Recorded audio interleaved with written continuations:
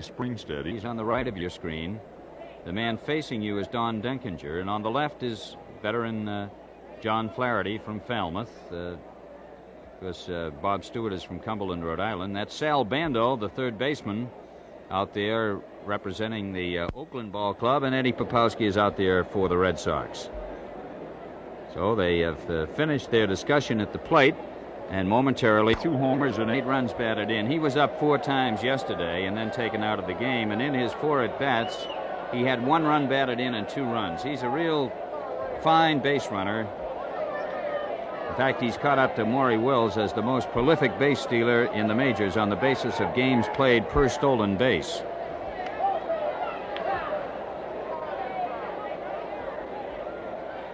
Campaneris beats out the bunt, and he is on with a hit. Here it is again. You see that he pushes it down to it first. Jones came over and took it. Culp going over to cover the bag, sliding in is Campaneris, and he is safe at first base. So Campy is on. There is manager Dick Williams of the Red Sox out there talking with Marty Springstead, the first base umpire on the call.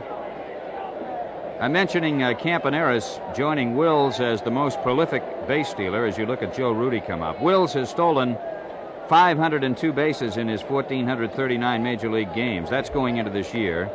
An average of 1 steal every 2.87 contests. And Campaneris, with 230 steals in 659 games, has the identical average. You see the size of his lead, and he is driven back. Rudy is batting 182 with no home runs, 1 run batted in. 1 for 5 yesterday. Ball 1. Ray Culp is making his 16th start of the year and his second against Oakland. He beat them 2-1 on the 14th of May with Chuck Dobson pitching against him. Ken, this superimposed picture on the screen, you see how Campaneris takes the lead. He doesn't quite take one as long as Maury Wills. Wills is off maybe 3 more feet. Strike, 1-1. Well, that must be about as far as anybody gets off then, I would have to think, John. Ken, he takes the longest lead of anybody I ever saw. Awfully long. Incidentally, I said Culp was 9-2. He is 9-3.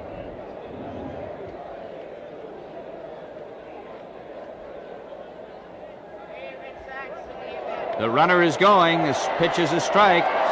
Safe at second. Campaneris has stolen another base, and that is number 26. He stole one yesterday. Tommy Harper has been off to a great start with Seattle in the stolen base department, and Campaneris is off to a great start with this club. Harper has over 30 the last time I looked. 2 balls, 1 strike, the count on Joe Rudy.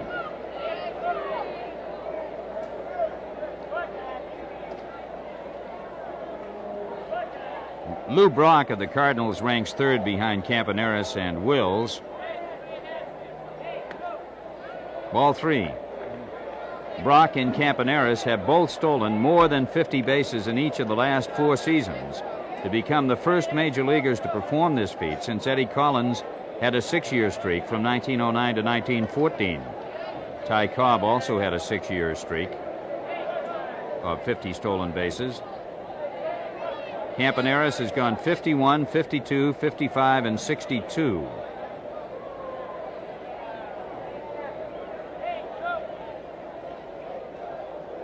Three and 1. You know, yesterday we had quite a thing, and we were talking about the 10 runs batted in. Well, on September 16th, 1924, Jim Bottomley of the Cardinals set a major league mark for driving home the most runs in a single game. In the first inning, he singled and drove in 2. In the second, he doubled and drove in 1. In the fourth, he homered a grand slam. Pitch is fouled back just below us. And in the 6th inning of that game, Bottomley homered, drove in 2. In the 7th, he singled and drove in 2. And in the 9th inning, he singled to drive in 1. 6 hits in the ball game, and 12 runs batted in one 9-inning game.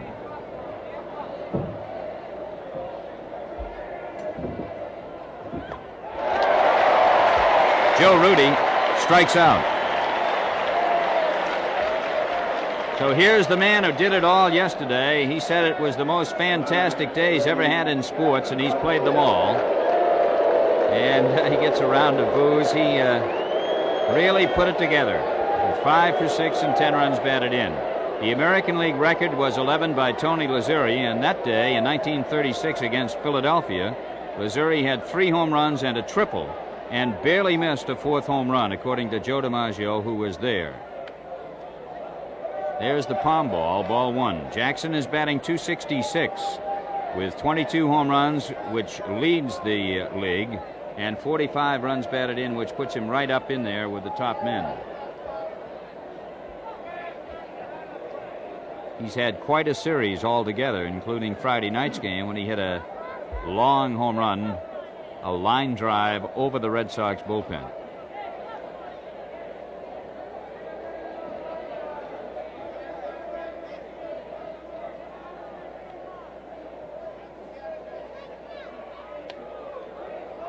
Ball 2.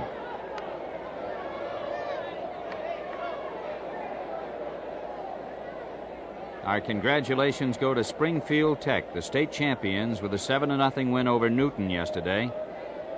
Tech ends the season with 20 wins, no losses, 37 wins in a row. Runner going, and the pitch foul to Bobby Hoffman, the first base coach.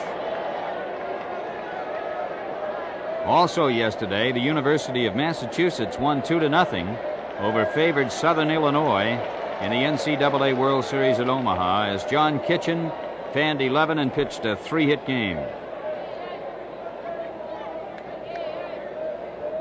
UMass now 22-8. Tom Semino drove in both runs. Kitchen got his 8th in a row, with only one man reaching second. Campaneris back to the bag, and Jackson ready to go at it. 2-1.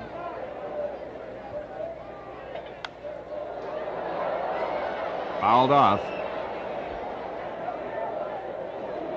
2-2. Jackson gives a great deal of credit to the third base coach, John McNamara, and to the batting coach of the Athletics, the great Joe DiMaggio. He says that Joe has really helped him, and Joe feels that Reggie has the tools to be a superstar in this game. He said sometimes he goes after bad pitches. That's one of his big problems. Rico trying to keep Campy close. 3-2. You're getting a pretty good idea of how a veteran right-hander who knows the ropes will pitch to a hot hitter, the way Culp is working against this fellow right now. He's been in and out, and he's given him nothing fast except that last pitch, which he tried to slide past him. Curveball, strike 3. The indication was that he went through. So Jackson is out of there as Culp cagily gets him. So with 2 men out now and a man on second, the batter is Sal Bando, whose average is .269 with 10 homers and 29 runs batted in.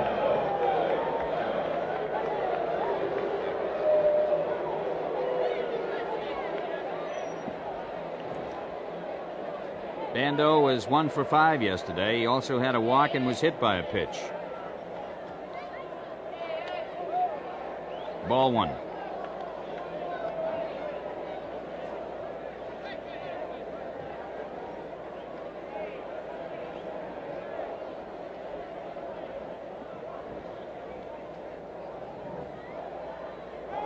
The runner goes, the throw to third base, and he is safe at third. So Campaneris has now stolen second and third base and has 27 on the year. Ball 2. Yesterday, the Red Sox had 6 errors. On May 1st, 1901, the Tigers played the White Sox, and the Tigers made 12 errors. 2 years later, they turned it around, and the White Sox made 12 against the same club, the Tigers. May 6, 1903. Campy halfway down. Ball 3. He was just about halfway down the line.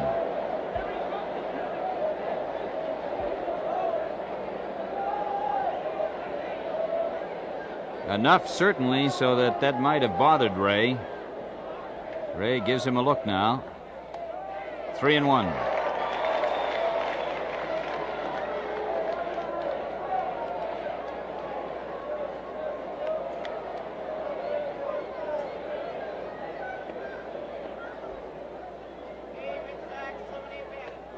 Ball 4. Bando goes to first base. So now Culp will pitch to a fellow who used to pitch against in high school in Austin, Texas, Danny Cater. Cater now makes his home in Pennsylvania, but he and Ray were high school opponents in Austin.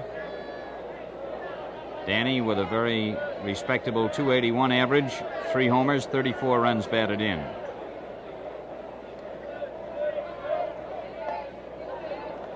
Ball 1. He came in the 8th inning yesterday, and he was 1 for 2. He had a double.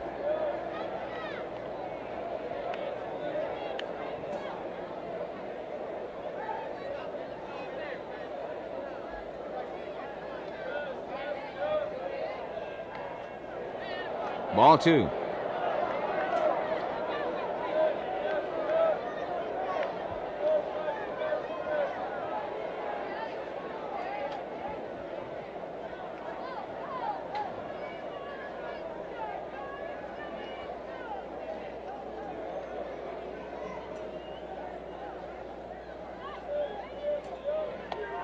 Strike 1. 2 balls, 1 strike. The Red Sox, with 36 wins, 21 losses, are second in the East, 5 behind.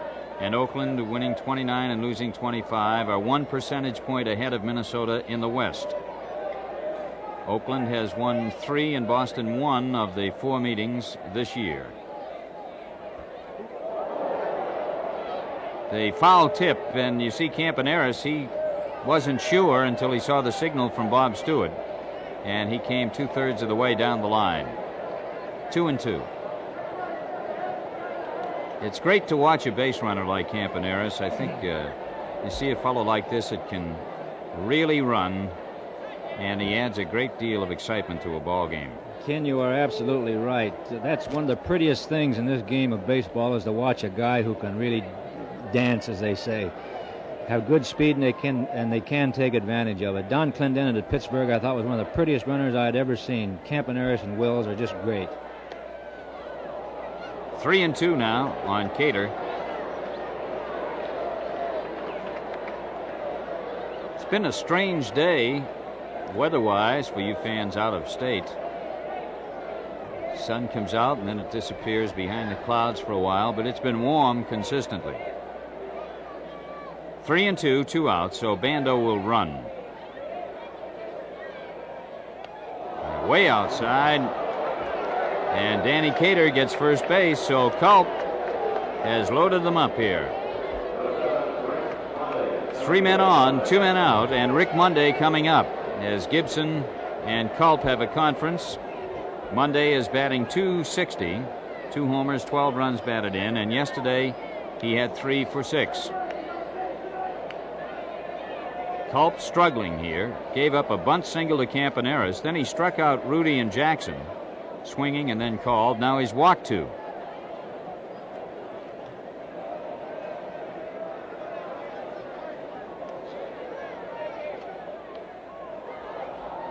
Ball 1.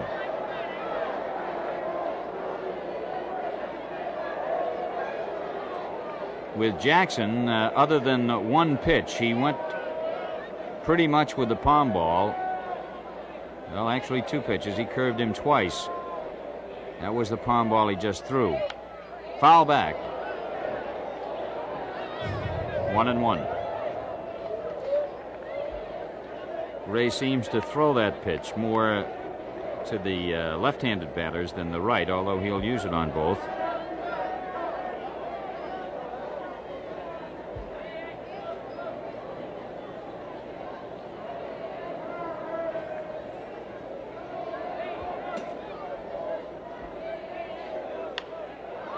Off the glove, out to Schofield, on to Jones, and they get him. He's out of it. So in the first inning, no runs, 1 hit, 3 Oakland runners left, and after a half inning, it's Oakland nothing and Boston coming up.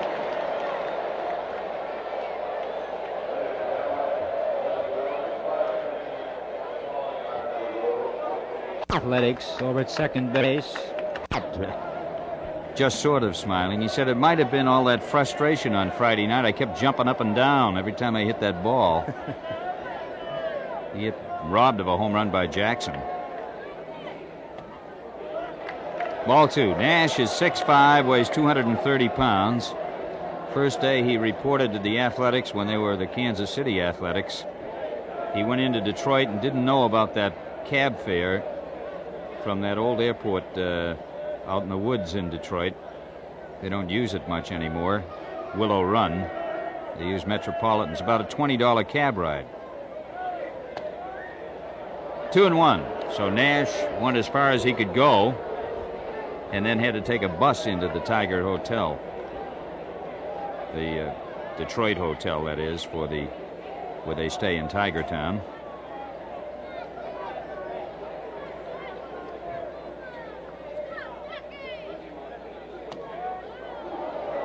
Two and 2. Nash, 6'5". He weighs 230 now. He won't weigh that much in about an hour. Detroit plays at Kansas City today. Wilson will work against Nelson. Cleveland's at Minnesota with Hargan and Boswell. Baltimore at Chicago for 2. McNally and Nyman will pitch in the first one. None of those games have started yet.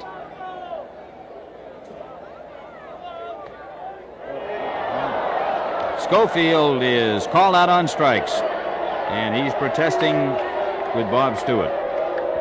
With 1 away, Dalton Jones is coming up.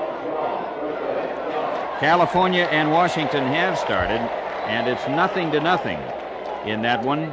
Messersmith against Moore, but they have been delayed there because of rain. Jones last year was 2 for 15 with Nash for 133. His average this season is 251 with 3 homers, 16 runs batted in. Bear in mind that Larry Haney, the catcher, is brand new today with his club, acquired from Seattle for John Donaldson, so he's got to probably check more than most catchers, naturally, to be sure that he's on the same page with the pitcher. Strike 1. In another American League game, Seattle nothing and New York batting in the last half of the first inning at New York. Talbot against Bonson.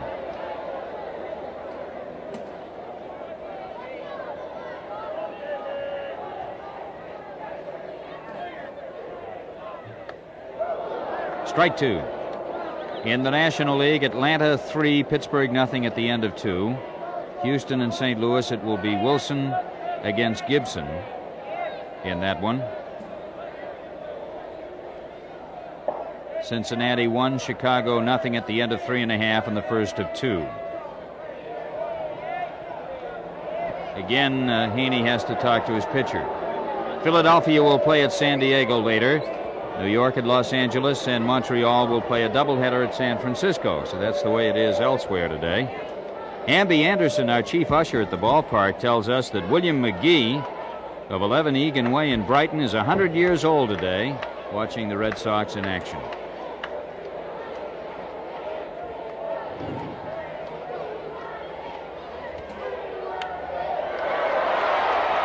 Third baseman Bando over to Cater. So there are 2 men out, and the batter is Carl Yastrzemski. Yaz batting .282, has 17 homers and 45 runs batted in. And he batted well against Odom last year and batted well against him yesterday. And he batted well against Nash, too. He was 7 for 13 with Nash for .538. He was 6 for 10 against Odom. Odom doesn't know what to do, he says.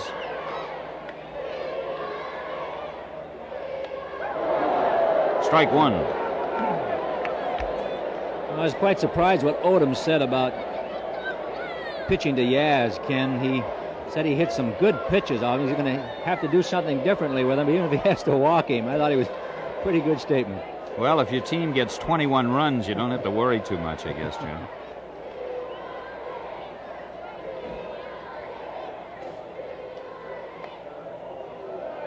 One ball, one strike.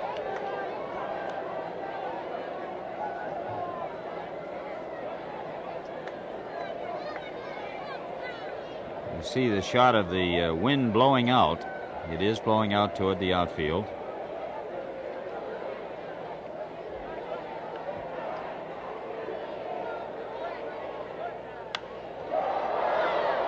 Foul back, and Larry Haney comes back, and he's got it. And the wind helped him on that one, as it looked like that ball was going into the seats, but it drifted back in. And that's all for the Red Sox. No runs, no hits, and nobody left on. At the end of one, it's 0-0. Teacher, a project which has been responsible for sending thousands of pounds of gifts and contributions to American men in the orphanages of Vietnam. This is one of his many activities, and they're going to miss him very much. Mr. Ronald Thomas, 26-year-old teacher at Matignon High School in Cambridge. Reggie Smith takes a ball. So they have brought him to the game today. And I think it's just indicative of the wonderful young people that we have in this country.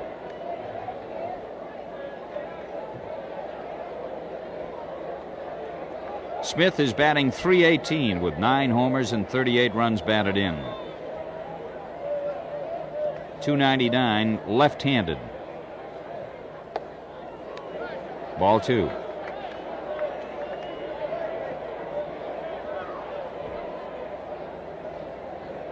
Reggie wants the pine tar rag.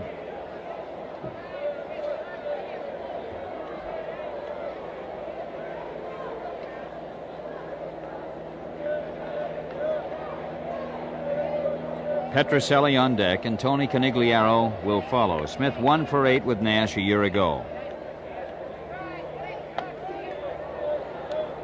2 balls, 1 strike.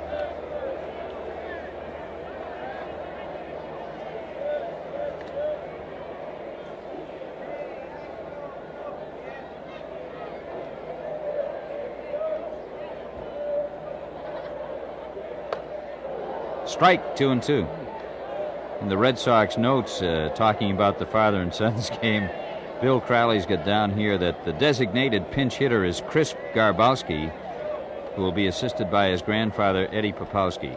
Eddie was very proud to have young Chris here today.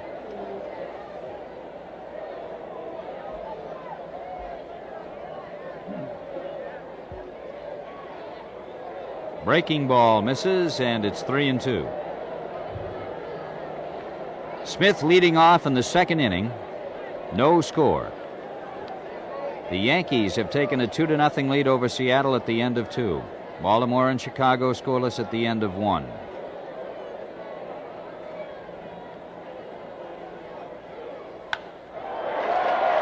Cater throws to Nash. Smith is retired, 1 away. Nash went over there instinctively that time. He was right on the ball getting to first. Here's Rico Petrocelli with 20 homers, 39 runs batted in, and a .328 average. George Sullivan started a series on him in the Herald Traveler this morning, which I enjoyed reading. First of a series, the Rico Petrocelli Nobody Knows, and it's really interesting. I found out a few things that I didn't know, and I've been traveling with this fella since 1966. Ball 1. One of the things that I found out, for example, was that he was an all-metropolitan New York high school basketball player and was offered many scholarships as a basketball player to college. Youngest of 7 sons, family from Abruzzi, Italy. 1 ball, 1 strike. We have a great many people in the Quincy area who are originally from Abruzzi. And I'm proud to be an honorary member of the organization they have. Petrocelli 2 for 8 with Nash a year ago. Let up pitch, line to left. High off the wall. Rico around first, going for 2. And he is out at second base. Green taking the throw in, and Petrocelli is out trying to make a double out of a single.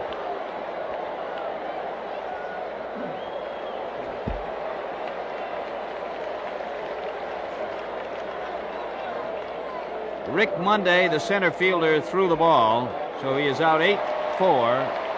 Green taking it. Monday has a fine arm. So does Jackson, the right fielder.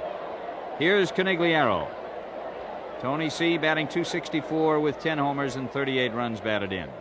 Ball 1. Last year, Monday was 4th in the league in assists with 11.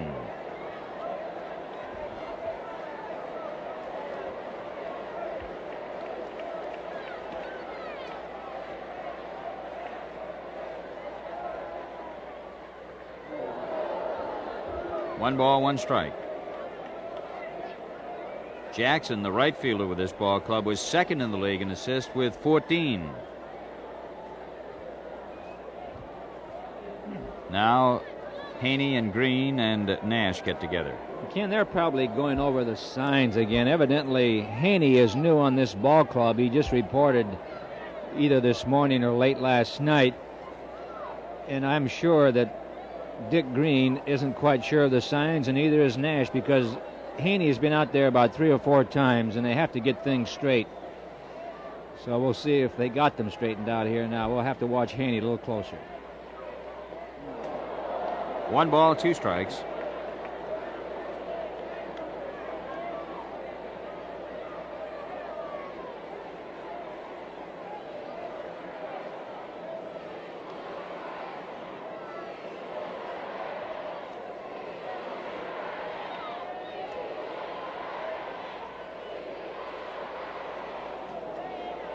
Two and 2.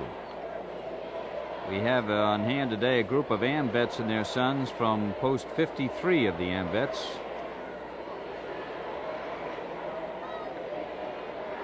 Two and 2 on Tony.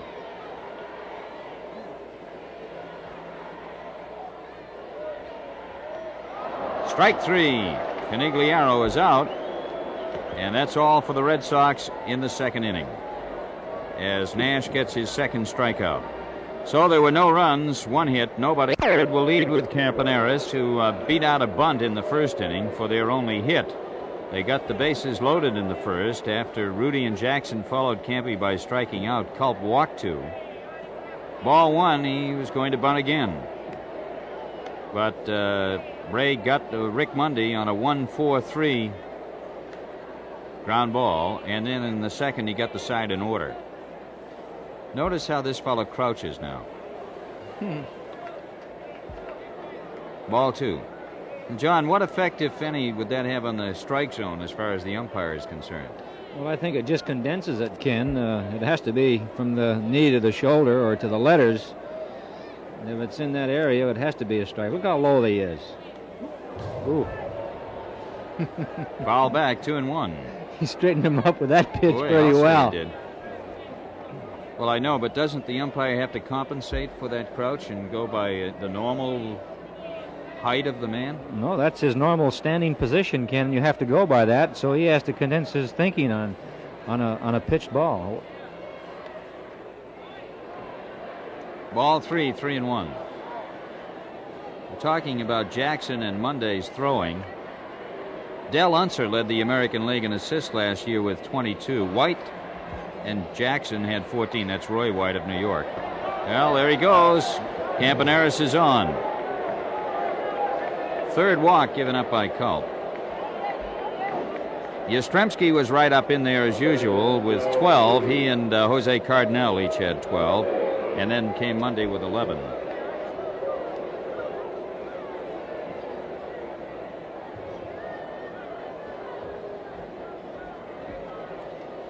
Runner at first, nobody out, and Joe Rudy is up. He struck out in the 1st inning.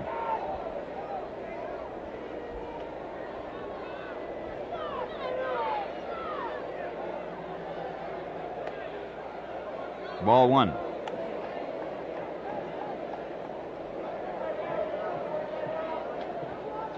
one thing about Gibson. There are a lot of catchers who, when you get a fellow like Campaneris on first base, will stick pretty much with the fastball. He won't call for breaking pitches. But Gibby will. The runner is back safely. That's one reason why so many batters like to bat behind a fellow like a Campaneris or a Wills or a Brock, because they figure that most of the time they're going to get the fastball. Again, Campaneris is back. A lot of these really good base runners, too, draw an awful lot of throws on purpose because they know it helps them in studying that pitcher.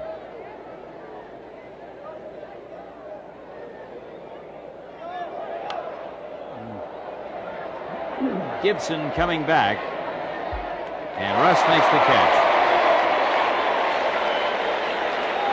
Rudy fouls out. Campaneris at first, no score in the third, and Jackson up. Well, Culp really worked very effectively with Jackson the first time and got him on a call third strike.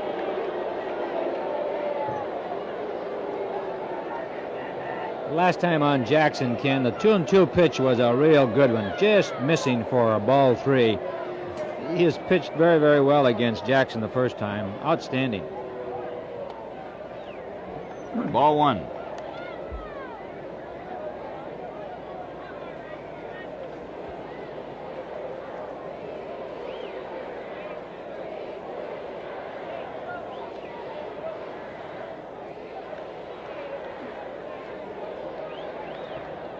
The California-Washington game has been postponed because of rain. They started to play and they were unable to continue.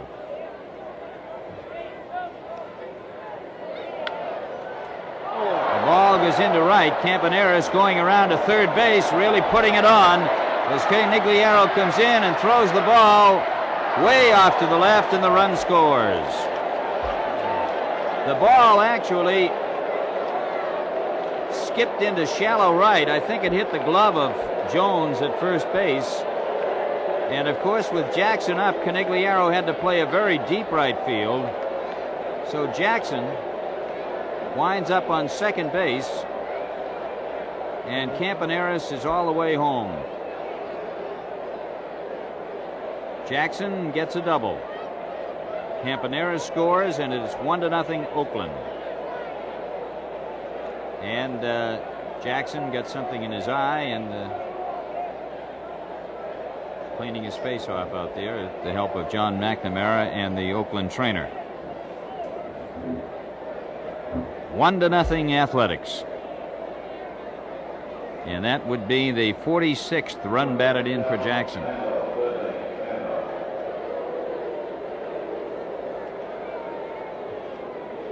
Sal Bando up. He had a walk his first time.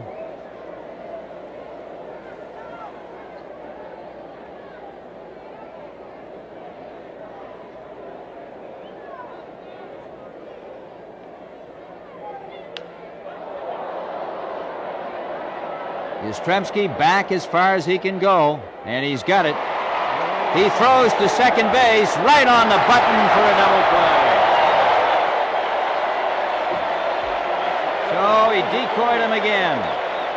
Bando flies to left field, and the throw in turns it into a double play. Fine effort by Yastrzemski. 1 run, 1 hit, and nobody left. And after 2 1/2, it's 1-0 Oakland.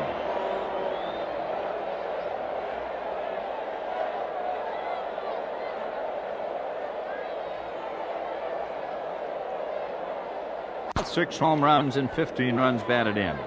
Last year he faced Nash only twice, and he was hitless against him.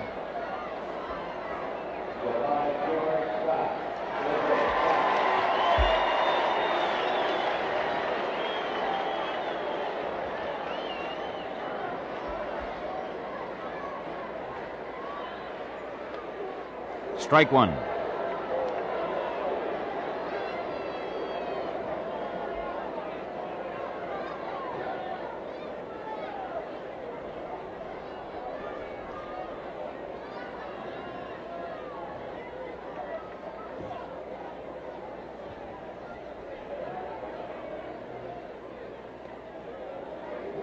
1 ball, 1 strike on George. Ken, on that fly ball that Yastrzemski caught in left field, he gave Jackson a real good decoy. He turned to the wall and kind of give it a look, and then Jackson come up about 10 more feet. 2-1 the count. I'm sure Hank Bauer says, well, you can.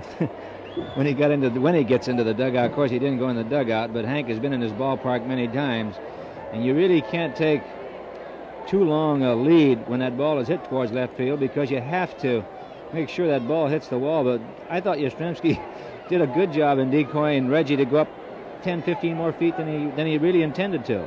Well, he's done that a number of times this year. He's really a great faker when it comes to pulling that play. 3-1.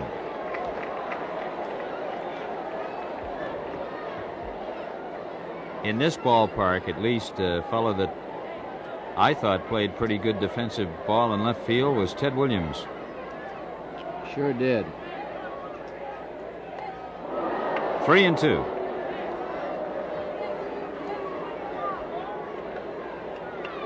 You know, Ken, they say left field is the easiest field to play, but when you're in a ballpark like this, you have to be a pretty good outfielder, because that ball comes off that wall a lot of crazy ways. Williams and Yaz play it very, very well. And that's strike 3 to Scott. Third strikeout for Nash.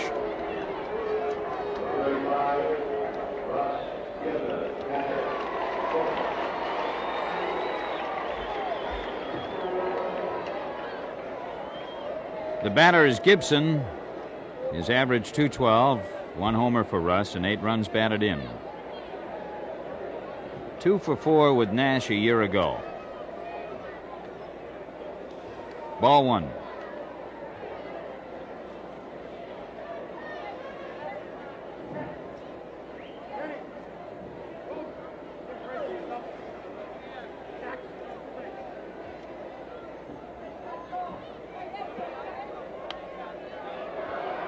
Foul ball off the first base side, out of play. 1 ball, 1 strike.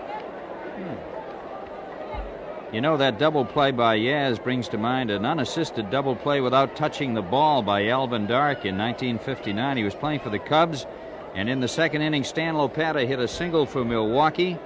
Johnny Logan followed with a hit, sending Lopata to second. Then Burdette hit a grounder to third, and before Al could field the ball, Lopata crashed into him. The umpire, Ed Sudol, ruled interference and called both men out, so Dark was credited with an unassisted double play, and he never touched the ball.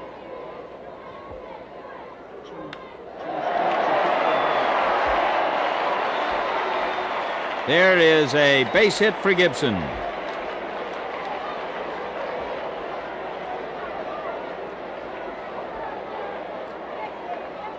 With 1 out, there's a runner on first base, and the batter is Ray Culp.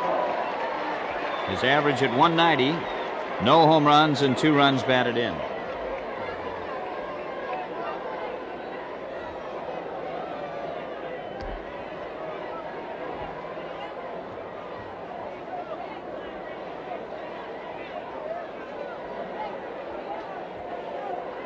Bando coming up the line. Foul ball. John, you've played some third base. Now, Bando really comes up there. What do you think of that idea?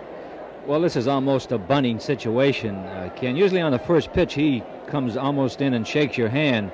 Now, let's see what he does on the second pitch, because a lot of times a fellow like Ray Culp, who can handle the bat, all he has to do is square away and just push the ball. He can push the ball right by him. Some managers believe in that.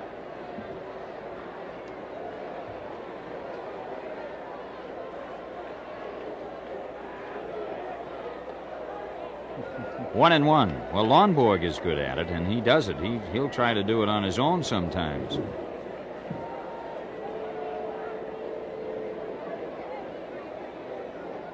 If you can swing that bat and you have your infielders moving, you have an advantage, Ken. There's Goodman, Rizzuto, Fox. Campaneris manages to get Culp, so Ray got done what he wanted to get done, but in a little different fashion. There's no sacrifice involved, of course, but Campy was a little over anxious, trying to turn it into a double play. So there are 2 out now with a man on second base, and the duck is up, Dick Schofield.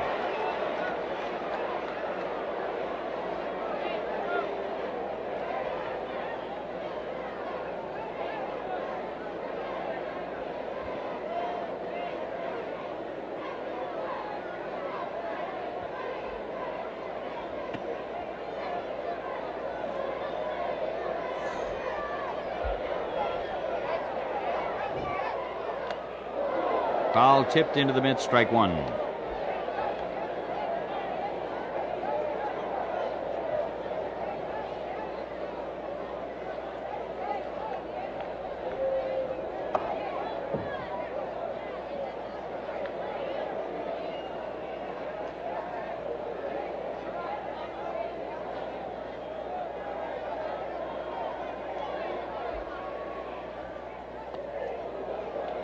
One ball, 1 strike on Schofield. Dick's youngster, Dick Schofield Jr., who is 6, played in the game today. He's a good-looking young ball player, right-handed batter.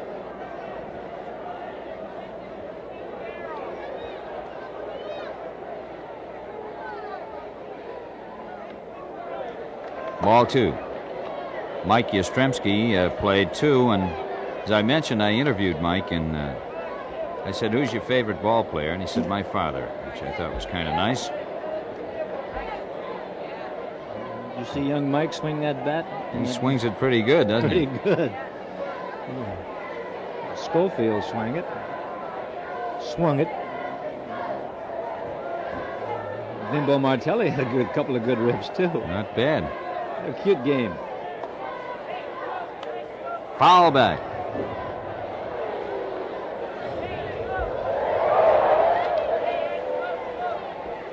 They kid Dick Schofield, you know, because he's so small. They said that his son would be able to wear his uniform in the game. And they said his oldest son couldn't be here today because he was in college. He's a veteran, and he takes a lot of ribbing, but he's quite a guy and quite a ball player. Foul back.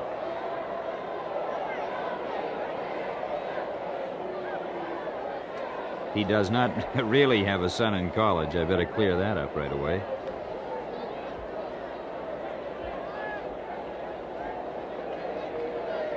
Two and 2 the count. Runner at second, 2 out. Oakland ahead 1-0 in the last half of the third.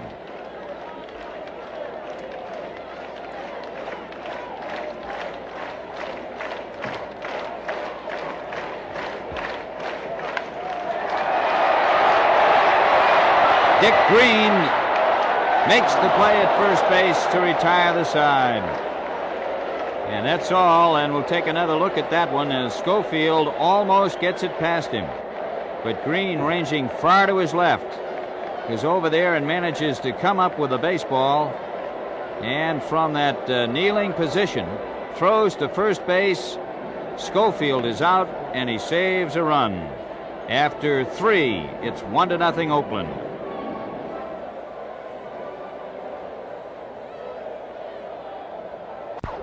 Thank you very much.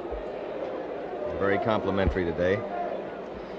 We're set to go in a 1-0 ball game. This one spanked out toward left center and right in there for a base hit. Cater is on. Reggie throws in.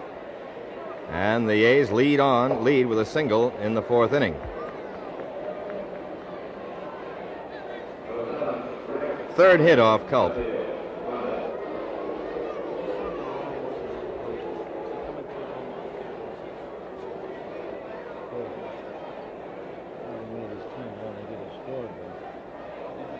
Rick Mundy bounced out in the 1st inning, flicked off Culp's glove, and was thrown out by Schofield. Very well hit toward the deepest part of the bullpen. Back for it is Smith, and he can't get it. Nobody can. Home run. Rick Mundy makes it 3-0 Oakland, and the Athletics continue to maul. That is his 3rd home run of the year, and he gets RBIs 13 and 14, and very quickly it's 3-0. Ball towards the point of the bullpen, way out in right center.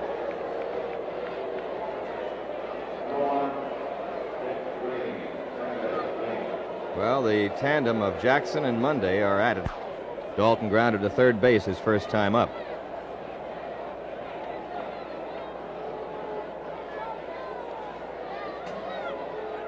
Jonesy had not had a slump this season until the last week, and he's been in one, trying to battle his way out of it. He's dropped quite a few points in his average.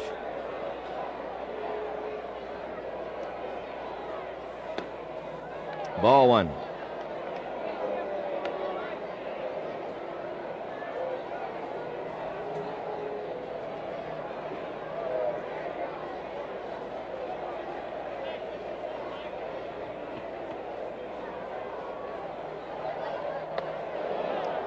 One ball, one strike.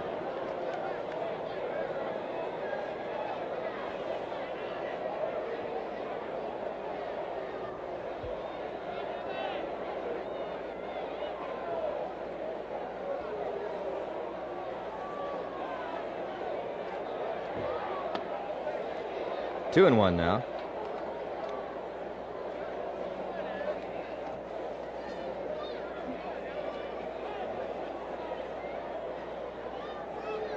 There is number 8, waiting to be at the plate.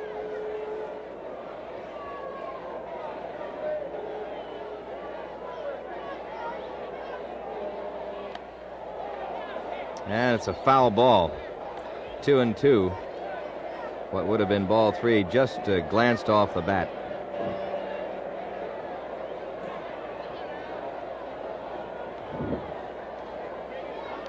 Jim Nash, Rookie of the Year in '66.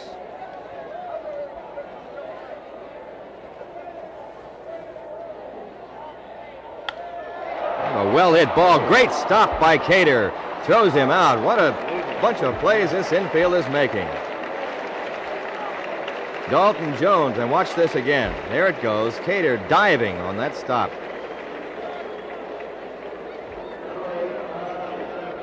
That's quite a play, Ned. He just threw himself at that ball. That's the way they've been playing this whole series against the Red Sox. Everybody, Rudy made a fine catch. Mundy made a fine catch. Reggie Jackson made a fine catch. Campaneris made a good play the other night. Green made one Friday night. He made another one today, and now you just saw the other one.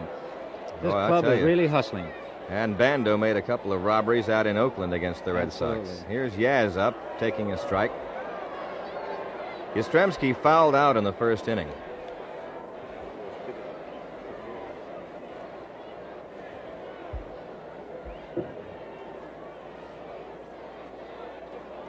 It's 3-0 Oakland leading. Ned, that's a sign of a good ball club when they can do these kind of things. In the same way the Red Sox have done it so far, because we're up higher in the race. There's a well-hit ball to center. Way up she goes, and back goes Monday to make a catch. Well, that's the way it's been going, is right. That ball couldn't have gone much farther and stayed in the ballpark. It was hit very well to straightaway center. And here it goes again. Watch it on the replay. Boy, I'm telling you. What do you have to do? I don't know. We've hit some balls good today, Ned, and we just can't get a base hit. Back live now. Another. There's 3 fielding plays in a row. The one on Schofield to end the third, and these 2 this inning that have been out of the ordinary. You don't just say, well, they're paid to make that kind of play, because, well, maybe they are, but you don't see it that often. By all members of a ball club. This club is hot.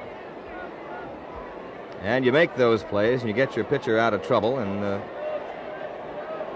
you win that way. Just, you know, the crowd here has been receptive to this young ball club, too, Ned, which helps. Ball 1 to Reggie Smith. As you remember, when we were out there, a couple of the players were taking shots at the fans. There was no one in the ballpark, but here, so much enthusiasm and applause that they're getting with it. They must wonder. They thought it was a Red Sox crowd out in Oakland. Nobody was cheering for the home club. There's a foul ball back, and it's 1-1 to Smith.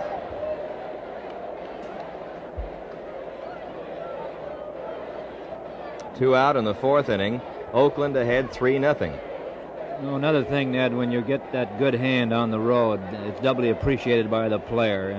They at least say, well, those fans up there really appreciate a play, regardless of who it does, because everyone that has made a good play in this series have been granted great ovations. Check swing, and it will be charged by Campaneris. Can't make the play. Base hit. A single for Reggie Smith. That was one of those things, when you saw it bounce out there, you kind of had the feeling that it would be a very short and difficult hop and a tough one. Just the way it was bouncing. 2 down. Smith at first and Rico up. He singled to left field in the 2nd, hit off the wall, and was out trying to stretch it on a fine throw by Rick Mundy. He cut him down at second base.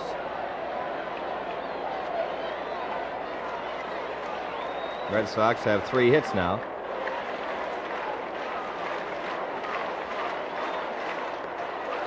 Strike. Rico's trouble in the 2nd inning was that he hit the ball too hard. If he'd lifted it a little bit more off the wall, he had a chance at a double, but that was a line drive.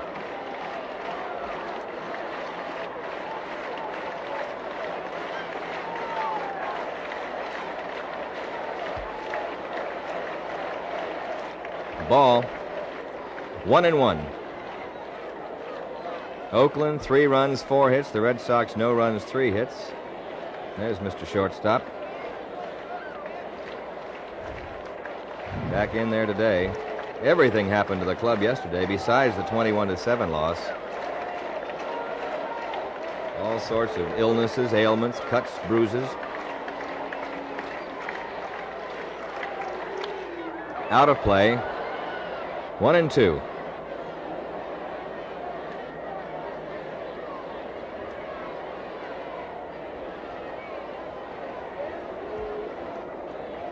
You know, Dick Green looks a little lighter to me this year than he did a couple of years ago, Ned. I didn't see him at all last spring, but I did see him 2 years ago, and I thought he was a little bit heavy, but he seems to be all right this year. He's much better shape physically. He looks a lot thinner. Playing a good ball, and he's got a better attitude, I think, about it than he had before.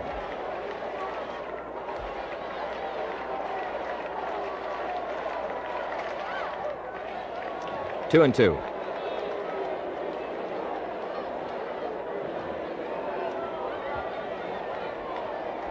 With more brands than ever to choose from, more smokers than ever agree unanimously, me and my Winstons, we've got a real good thing, a real good taste. 2-2 to Petrocelli.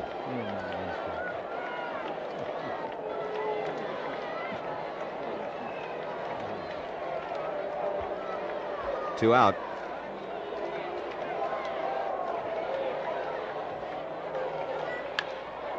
To the left side, Campaneris will go long to first and get Petrocelli. He's not. It's dropped by Cater. Cater dropped the ball. Error, and let's have it again. A long throw had to be made by Campaneris as he took it in the hole. Here it comes. The ball and Petrocelli getting there very close. The ball beating Rico, but then skipping away from Cater.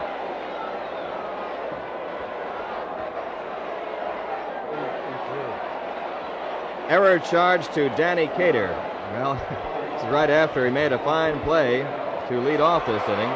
He drops what is a playable throw to him.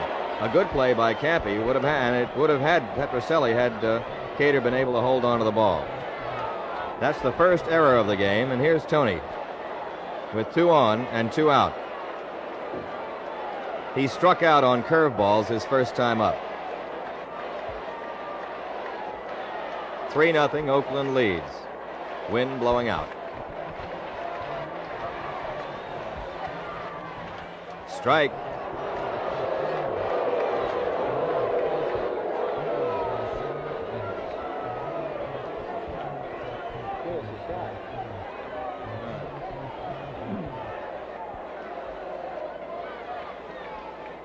One strike to Canigliaro. He got a fastball that time by him.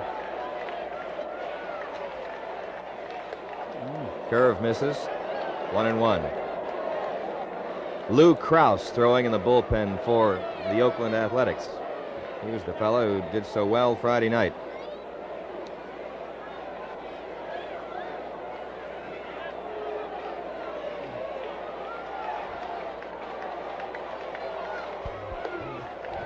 And it's 2-1 to Tony.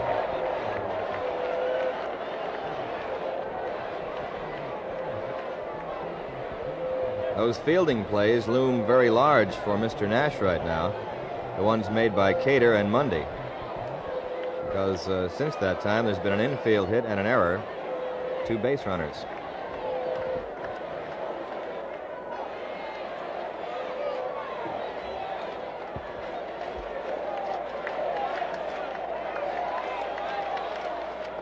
Ball 3.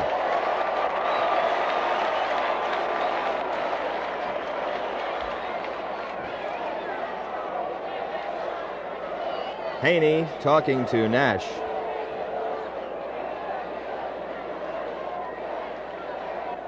And the Athletic high command. 40 is Bill Posdell, and right next to him is manager Hank Bauer. And there's Joe DiMaggio too, Ned, number 5. Nash hasn't dared Canigliaro after the first pitch. He threw him a real hard fastball the first pitch, but then he's come back with 3 straight curves and he's missed. All right, it's 3-1 to Koenig. Campaneris over to first. This one is held, and that's all for the Red Sox threat in the 4th. They're out of there with no runs. 1 hit, there was 1 error, and 2 left. After 4, the score is Oakland 3, Boston nothing. Has turned this ball game a little bit in the direction of the Athletics. He has had an infield hit, a bunt single in the first inning, stolen 2 bases. He has walked and scored. So he's 1 for 1, and here he is to lead off another inning. And this is the 3rd straight inning, and 3rd time he has led off an inning.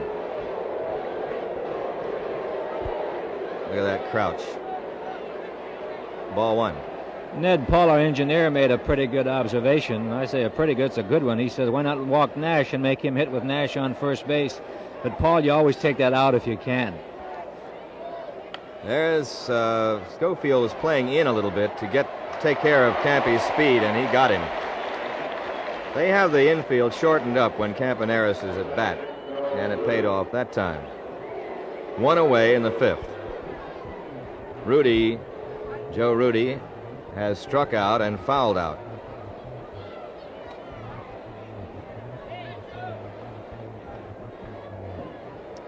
And he's had a couple of fine plays in this series. Friday night in left field, he made 2 good catches. Ball 1.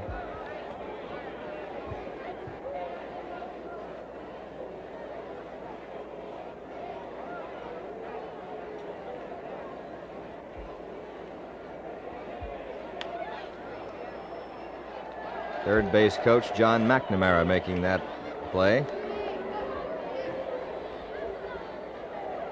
Of course, in this series, even though losing, the Red Sox losing, Yastrzemski has just played the words right off the page. He's done it all, especially yesterday, and he has an assist today in the outfield. Ball 2, 2-1.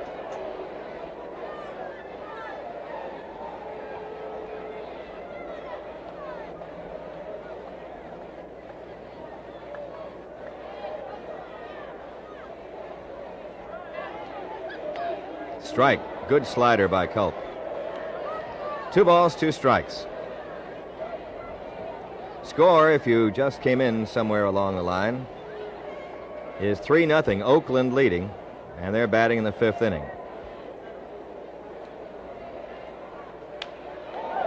And a base hit.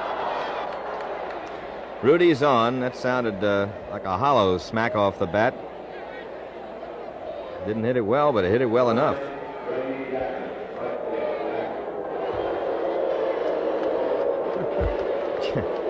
Here's Reggie Jackson. He has struck out and singled in a run, or a doubled in a run, beg your pardon. They changed that single to a double in the 3rd inning. He's had a fair series. Sure has. Ball one.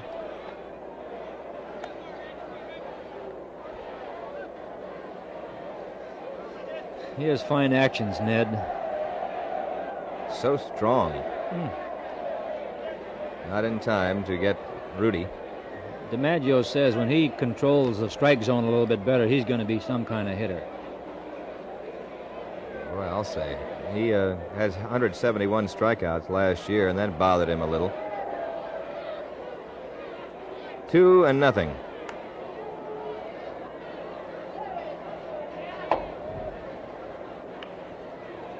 Culp has given up 5 hits. He has fanned 5 and walked 3.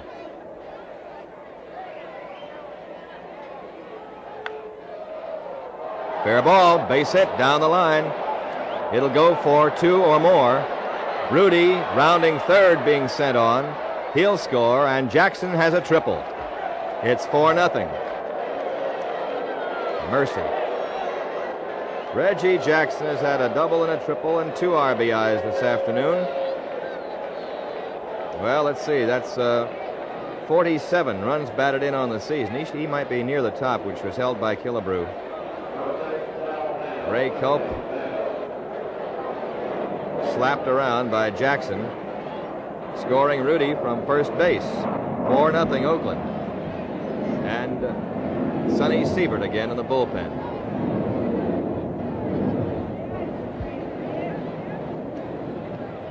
Infield in. Sal Bando, the batter, he has walked and had it flied out into a double play. There's ball one.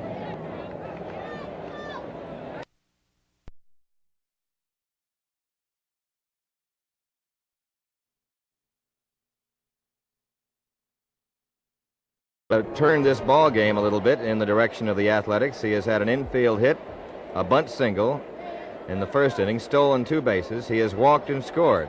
So he's 1 for 1, and here he is to lead off another inning. And this is the 3rd straight inning, and 3rd time he has led off an inning. Look at that crouch. Ball one. Ned Paul, our engineer, made a pretty good observation. I say a pretty good, it's a good one. He says, why not walk Nash and make him hit with Nash on first base? But, Paul, you always take that out if you can. There's Schofield was playing in a little bit to take care of Campy's speed, and he got him.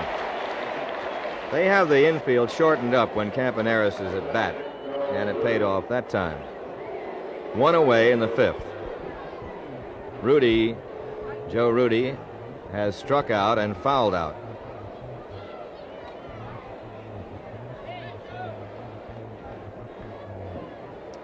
And he's had a couple of fine plays in this series. Friday night in left field, he made 2 good catches. Ball one.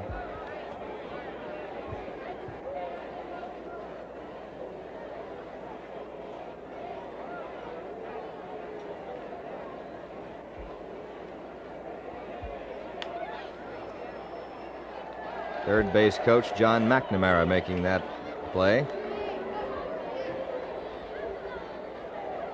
Of course, in this series, even though the Red Sox losing, Yastrzemski has just played the words right off the page. He's done it all, especially yesterday, and he has an assist today in the outfield.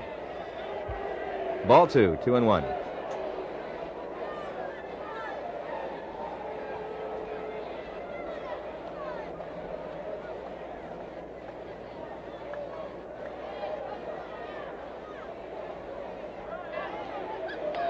Strike. Good slider by Culp. 2 balls, 2 strikes. Score, if you just came in somewhere along the line, is 3-0. Oakland leading, and they're batting in the 5th inning.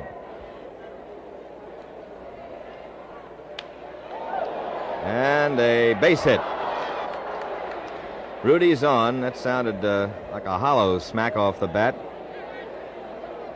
Didn't hit it well, but it hit it well enough.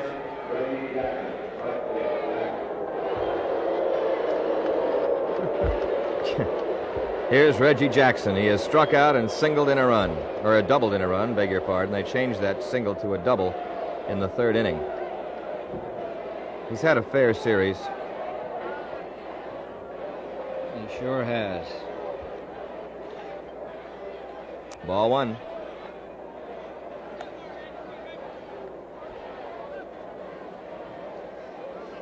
He has fine actions, Ned. So strong. Not in time to get Rudy. DiMaggio says when he controls the strike zone a little bit better, he's going to be some kind of hitter. Well, I'll say. He has 171 strikeouts last year, and that bothered him a little. 2-0.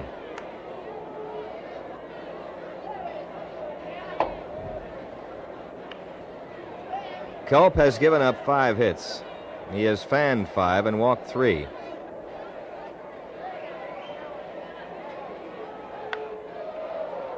Fair ball, base hit down the line. It'll go for 2 or more. Rudy rounding third being sent on. He'll score, and Jackson has a triple. It's 4-0. Mercy. Reggie Jackson has had a double and a triple and 2 RBIs this afternoon. Well, let's see. That's 47 runs batted in on the season. He might be near the top, which was held by Killebrew. Ray Culp slapped around by Jackson, scoring Rudy from first base. 4-0 Oakland. And Sonny Siebert again in the bullpen.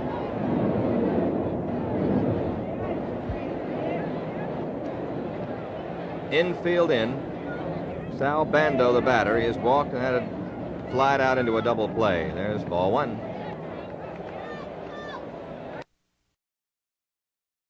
Streaked home, and it'll be an error charged to Culp. Ray making an error, and Jackson coming home.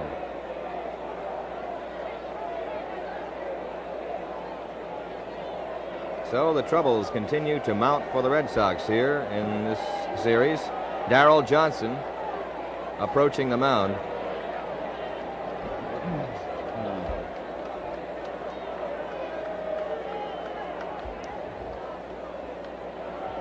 Four nothing, or 5-0 now, with 2 runs this inning.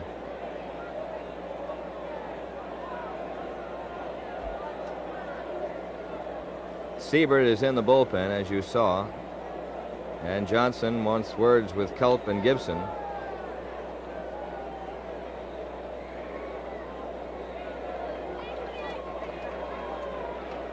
Joe LaHood now is going toward right field, and that looks as if Tony Conigliaro is coming out of the ball game.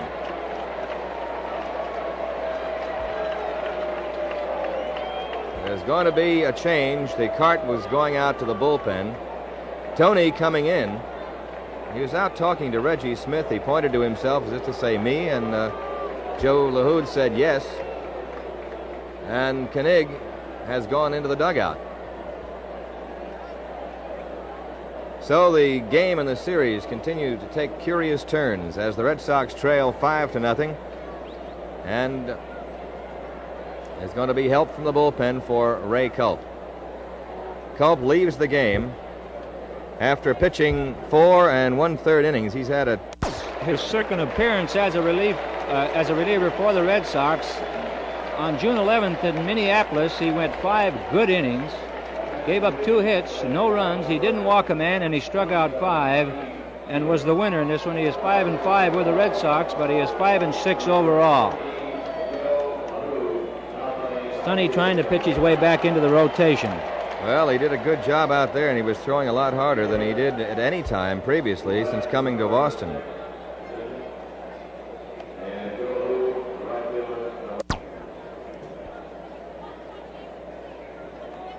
This is the 5th inning, and Oakland has a 5-0 lead.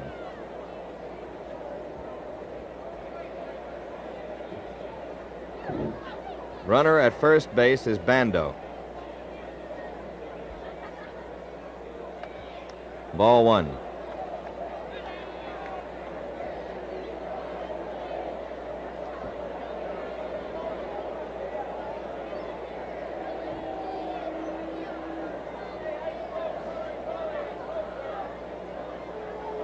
Infield, double play depth. Runner going. Bouncer going through as the hit and run is executed perfectly. Bando goes to third. LaHood picks up, and how do you like that, sports fans? Cater, with the runner breaking, hit exactly the way he should.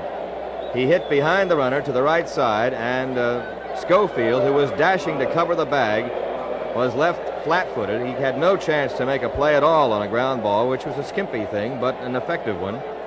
And it sends Bando racing around to third. 2 times in this series, the Athletics have performed the hit and run to absolute perfection. They did it Friday night to the other side of the infield, as they had the shortstop, or yesterday rather, the shortstop vacating the hole to cover, and they rammed a hit right past him. There is Monday fouling a pitch off, strike 1.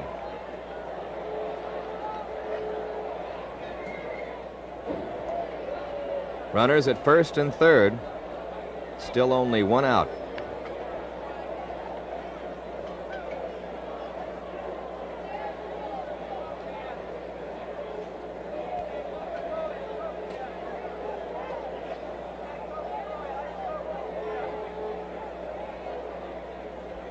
Siebert getting set. The fastball misses. Ball 1. 1 ball, 1 strike.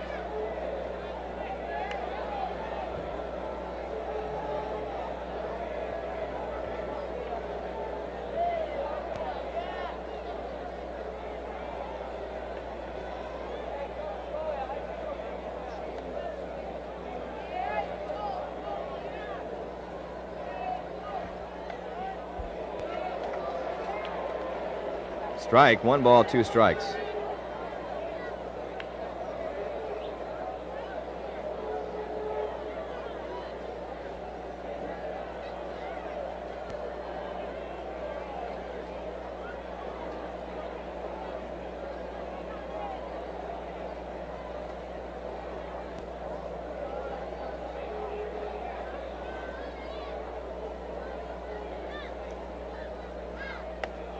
Fastball, 2-2. The Athletics picked up a run in the third. They got 2 more in the fourth, a 2-run homer by Rick Mundy. And they've gotten 2 here in the fifth. A single by Rudy, a triple by Jackson, an error by Culp, and quickly 2 runs have countered. Sonny Siebert in there now.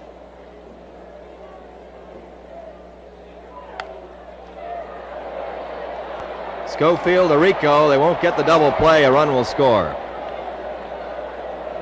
Nice takeout attempt by Cater going into second. He is erased 4-6. But on the fielder's choice, Mundy knocks in a run. Bando scoring the 6th Oakland run. It is 6-0. Dick Green is up. Mundy has 3 runs batted in. And the batter is Dick Green.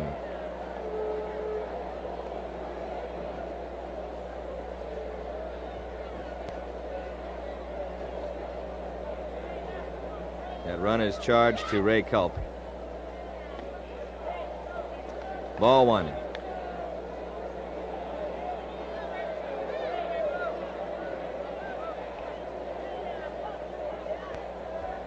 Six-0 Oakland, inning number 5.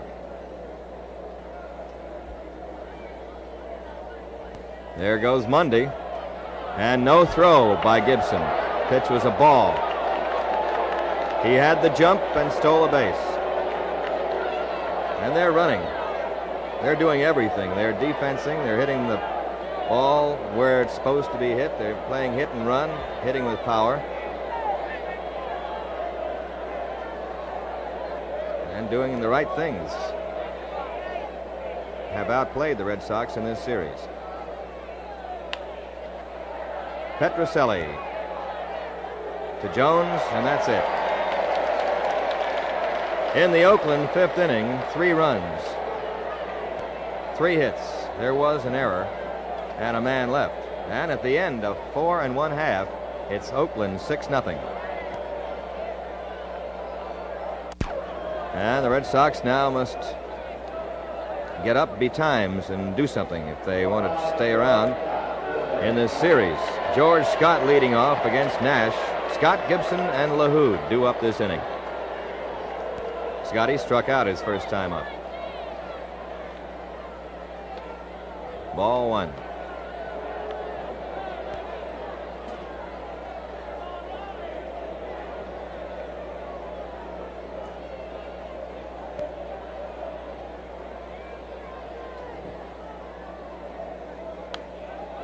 Out of play.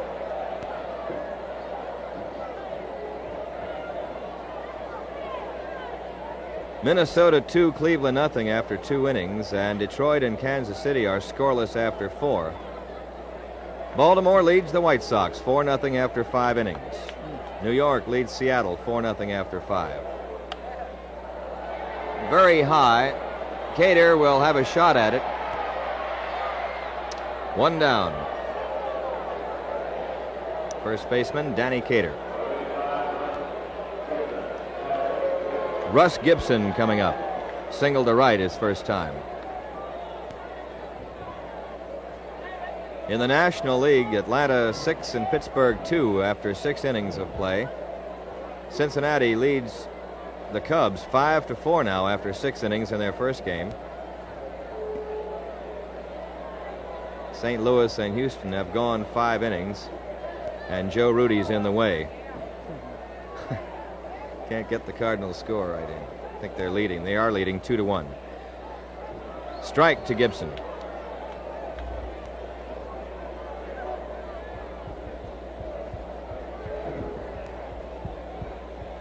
Giants lead Montreal 2-0 after 1 inning in their first game.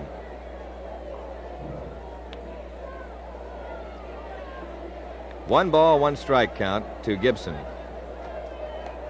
The Orioles play White Sox 2 today, and they have a good lead in the first game. McNally pitching.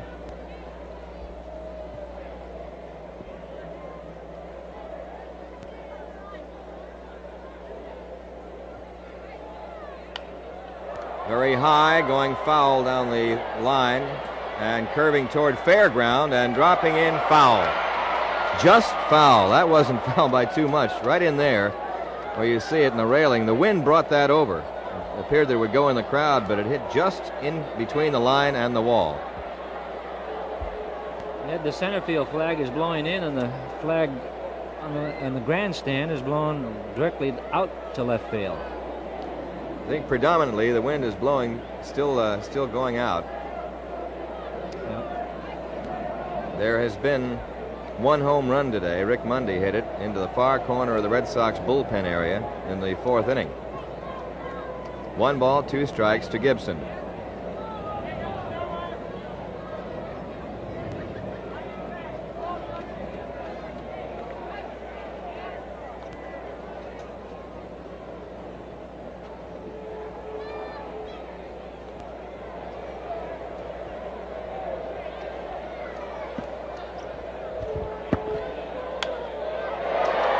Dick Green playing that one at second base. 2 down. And we'll see Joe LaHood now, installed in the game, replacing Canigliaro in the top of this inning. And LaHood is hitting .136, 3 home runs, 5 runs batted in.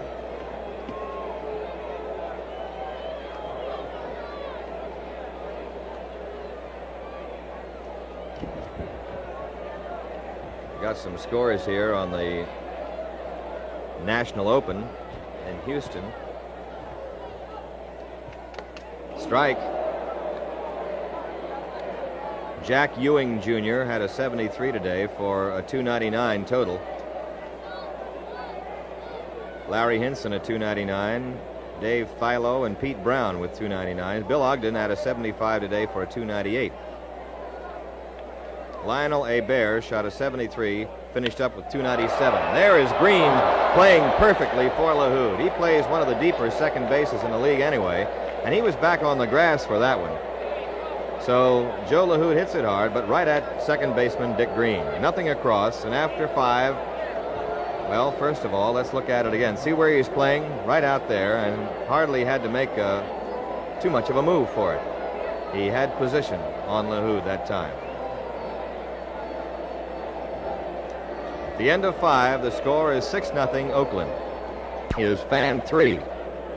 Schofield is 0 for 2. He was robbed of a hit his last time out on a good play by Dick Green, the second baseman. Ball 1.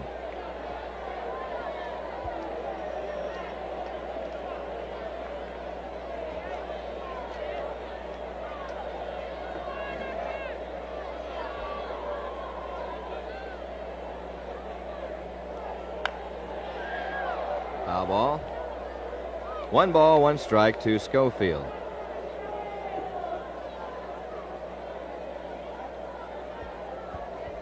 Baltimore 4-0 over Chicago after 6 innings now. It's raining again in New York with the Yankees leading Seattle 4-0.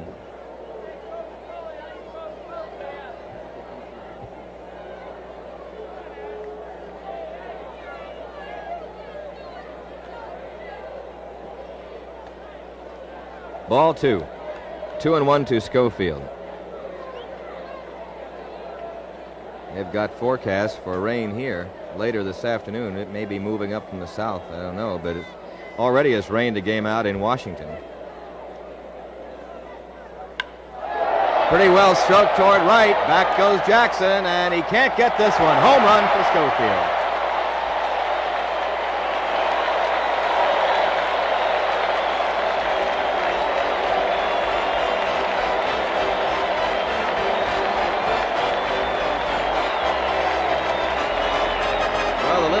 Been trying for a home run in this ballpark and has come so close so many times that he finally got one out of there that the right fielder couldn't leap up and get. Jackson took one away from him last time on Friday night. This was into the visitors' bullpen for Schofield's first home run of the year.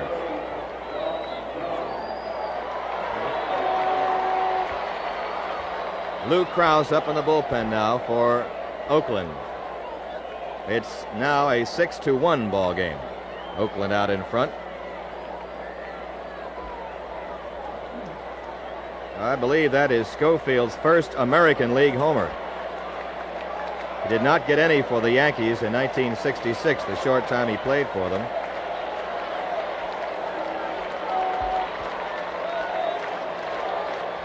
Dalton Jones up. Hits the curveball to Cater. 1 out.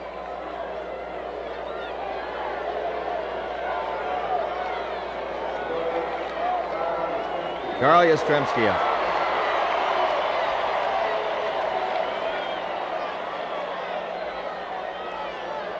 He has fouled out and hit a long fly ball, which Monday backhanded near the wall in center field. That was in the 4th inning. He has really ripped that one. Now Hank Bauer has called time and wants to come out himself. Wind blowing out at Fenway Park, and we're just in the 6th inning.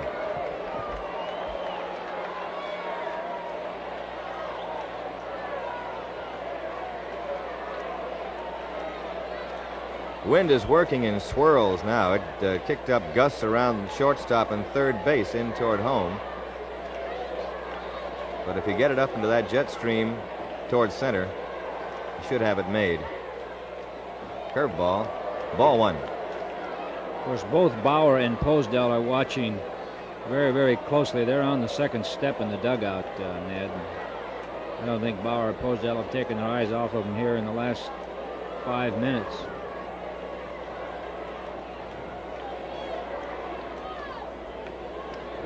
Ball 2. He's working breaking stuff to Yastrzemski on the first couple of pitches. I don't believe Nash is throwing quite as hard as he was earlier in the ball game, Ned.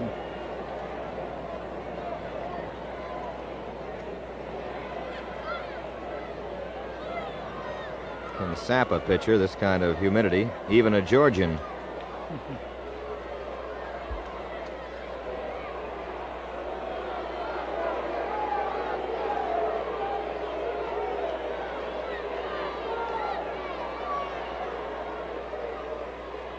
And more breaking stuff. Strike this time.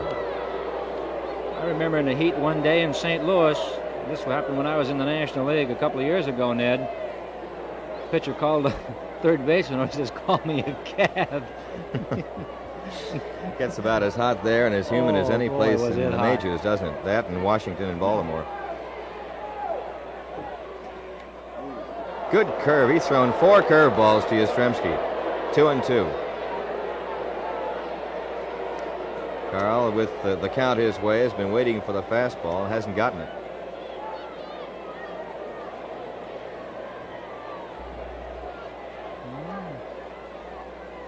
It's a good shot right there, shaking his head. Now he's got his sign. Another curve. 3-2.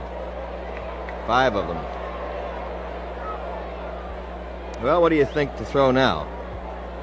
I wouldn't be a bit surprised if they threw him another curveball. Of course, he doesn't want Yastrzemski to get on. He wants to make him earn it. He hasn't, like you say, he has thrown him 5 straight curveballs, Ned. Yaz has been hitting the ball sharply every time. Yeah, it's a curve, but there's Green, perfectly placed again. Dick Green playing just where he did for LaHood, back on the grass. And position meant everything right that time. 2 down. You know, Yastrzemski's hit a lot of balls hard. Remember the first week over in Cleveland and in Baltimore, Ned, they were taking base hits away from him. Couldn't buy a hit, but he was hitting it sharply, and that sent him into a slump. Yeah, when you hit the ball good, you're really not into a slump. He's a type of hitter that, because he can do so much with a bat, that won't go into a prolonged slump. Reggie 1 for 2, taking ball 1. Bill Landis now throwing in the bullpen for Boston.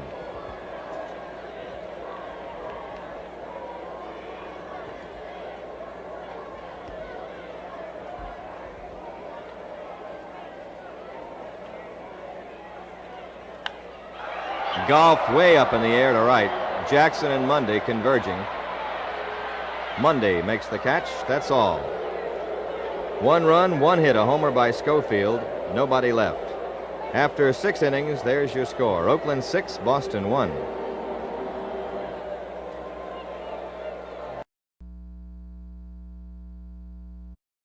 Thank you, John. Joe Rudy is up at the plate, and Rudy today has struck out, fouled out to Gibson, and singled to center field in the 5th and scored a run.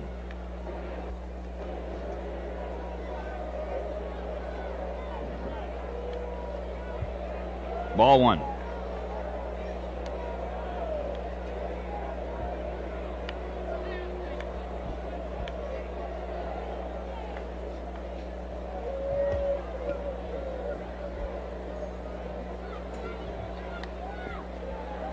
One ball, 1 strike.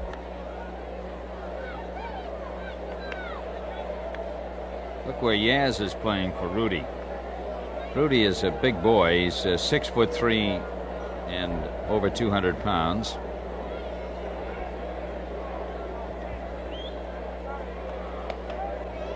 Two and 1.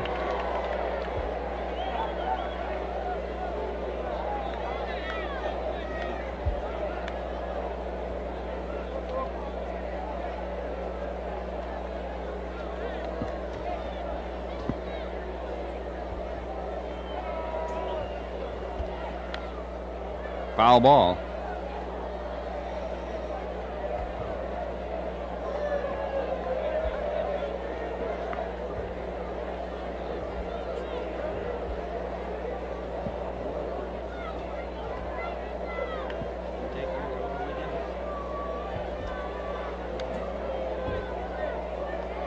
Two and 2.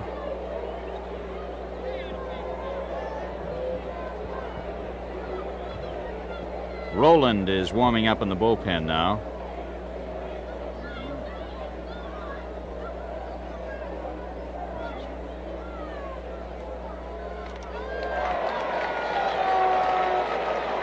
And that is all for Joe Rudy.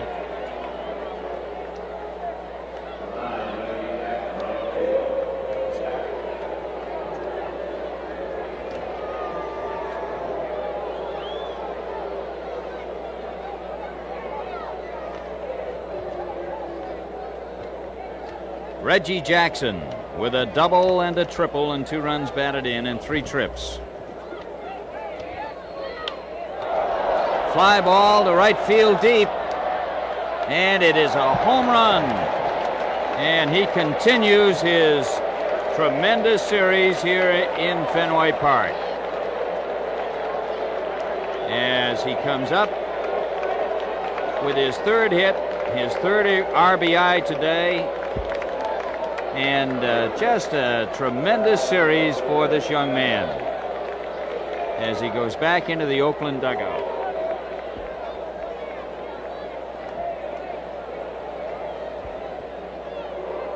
"13 runs batted in the last 2 ball games." Sal Bando is up. Strike 1. Ken, Jackson is, before that home run, was hitting 272. He came in here Friday night hitting 240, 243 or somewhere in that range. But since then, he's really worn us out. Foul back. Well, I was saying over on the other side a while ago, John, I don't really recall. I've seen some visiting players come in here and have some great series, but this may be as good as anybody has ever done from a visiting club in this ballpark. Well, he had 1 for 4 Friday night and 5 for 6 yesterday. 1-2.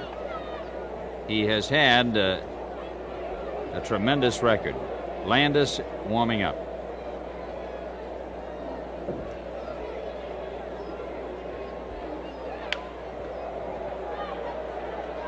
Petrocelli gets Bando at first base on a close play. In this series, Jackson is 9 for 14, 2 singles, 2 doubles, 1 triple, 4 homers, 14 runs batted in, 5 runs scored, 2 walks. He has done it all, as they say. And here's Cater now with 2 out. Miller Barber is at 3 under after 56 holes. Moody at 1 under after 56. Rosberg even par after 57. Pitches a ball. And Beeman 1 over after 57 holes. Those who are in, John Miller had a 294 among, well, Bill Collins is the only name you might recognize at 297. Ball 2. Unless you happen to know Bert Green, Robert Stove, or Master Bowen. 2 balls and no strikes to count. 2 for 2 for Cater. 2-1.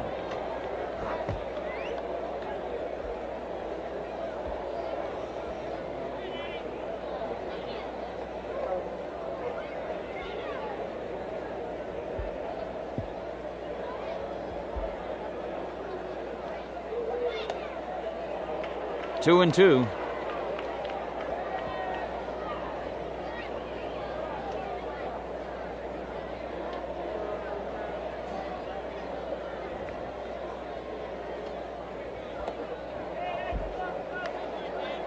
Three and 2.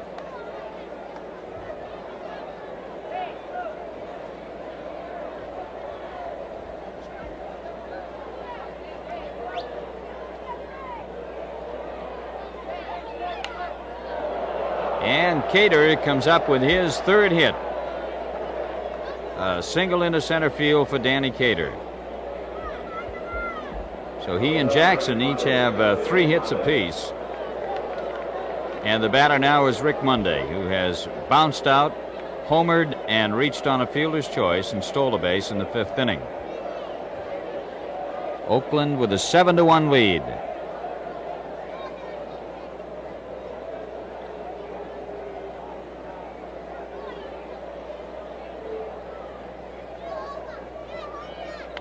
Foul back.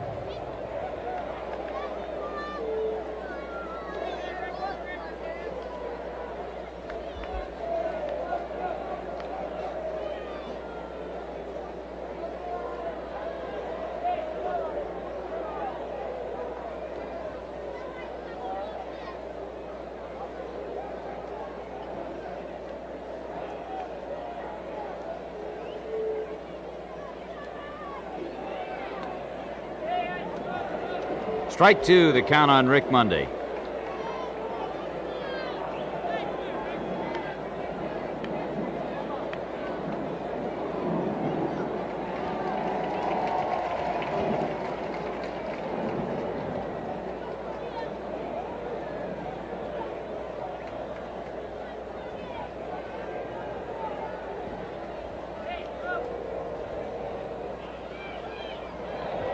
And that is strike three. So that's all for Oakland in the 7th inning. They pick up another run on a homer by Jackson, 2 hits, and a man left on. So after 6 1/2, Oakland 7, Boston 1.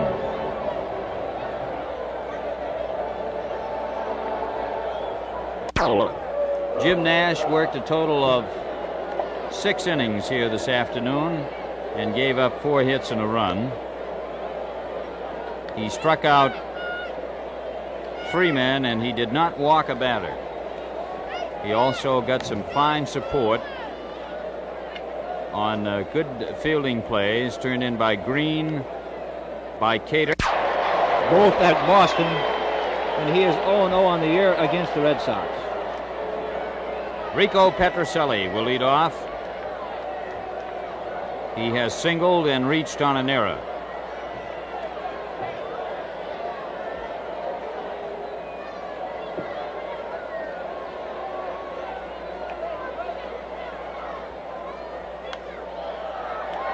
Foul ball, and Haney is back under this one, and he's got it.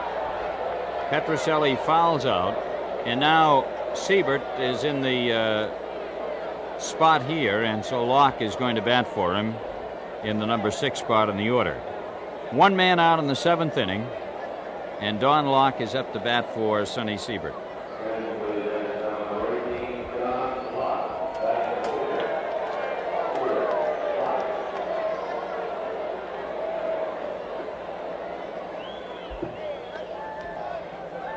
Ball 1. Locke with the Red Sox has 4 for 12 and a .333 mark. 1 ball, 1 strike. Krause over the year has been in 17 ball games, an earned run average of 4.34. 2-1, and Krause on Friday night, in addition to pitching well, had a home run.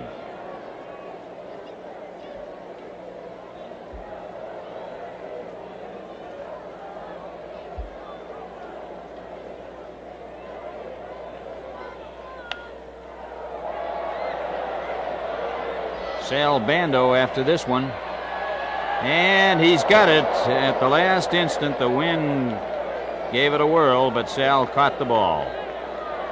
Locke was all the way to second base. Here it is again, and the ball went way up in the air with Sal going over, and he was all set, and then he had to really hustle back and make the catch with Campaneris alongside. So with 2 out, the batter is Scott, who has struck out swinging and fouled out to the first baseman.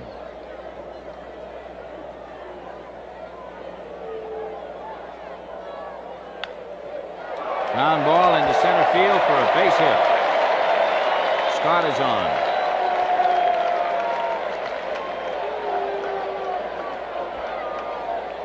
Runner at first and 2 out, and Gibson at the plate. Russ had a single in the 3rd inning, and he grounded out to second base in the 5th. The Red Sox with 5 hits in the game.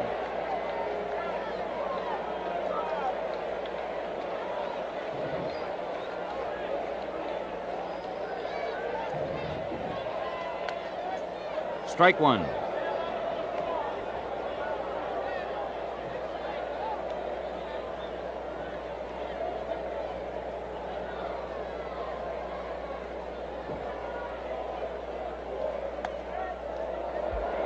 Strike 2 to Gibson.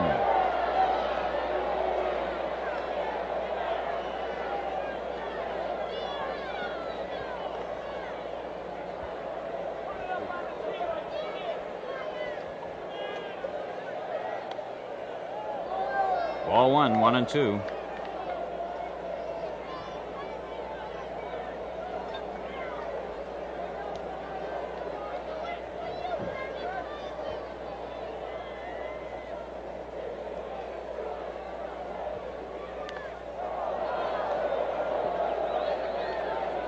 count holds at 1 ball and 2 strikes on Russ.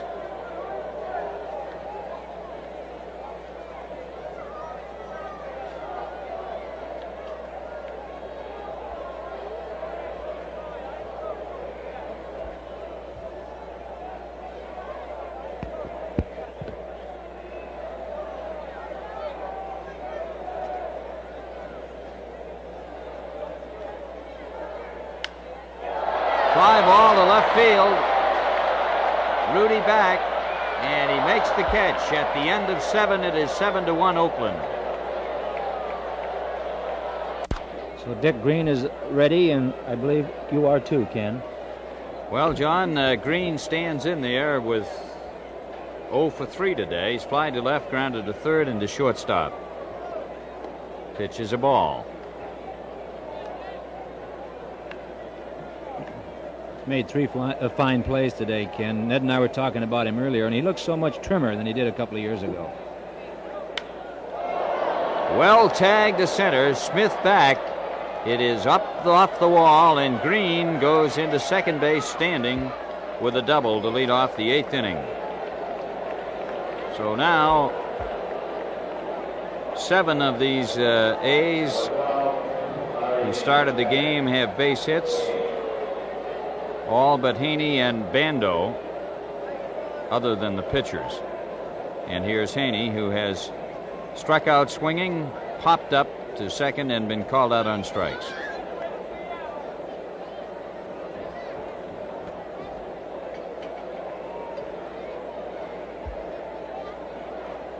Well, there's been one trade over in the National League that we have received word on.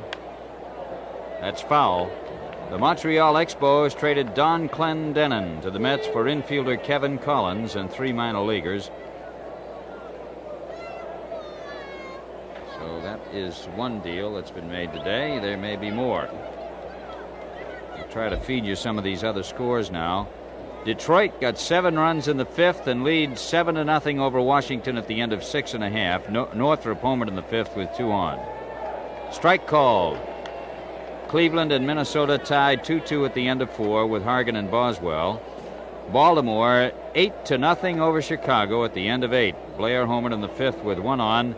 McNally is doing the pitching. First of 2. California and Washington postponed because of rain.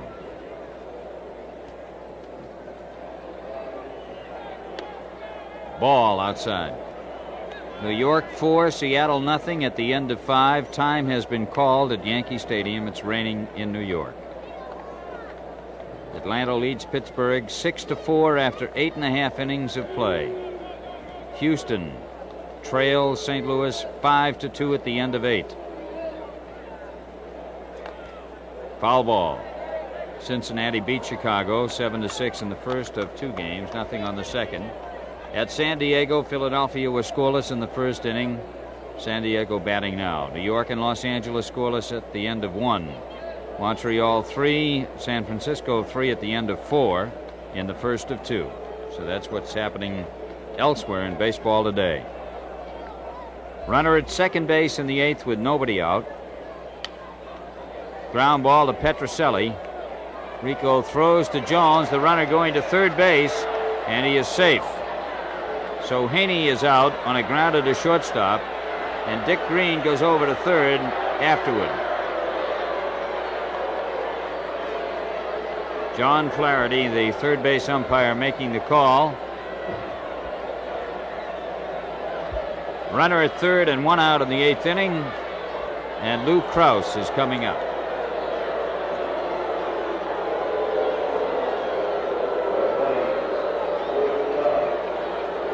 Krause hit a home run off Vicente Romo Friday night. From Maine to Connecticut, New Englanders have fun in the sun with Narragansett Lager beer, the good beer for the good hours. The infield is in. Oakland 7 and Boston 1.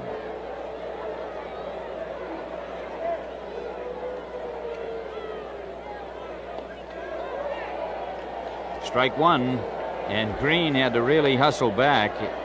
He broke more than he figured, I guess, and He must have thought Gibson was going to throw the ball because he slid back to third base.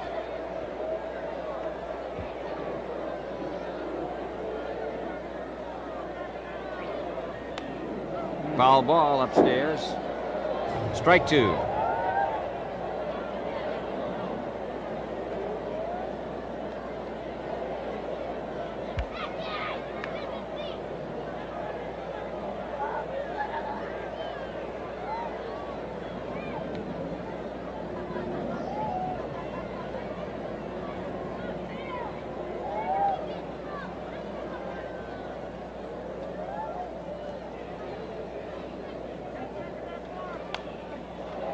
Foul back. Still 2 strikes on Krause.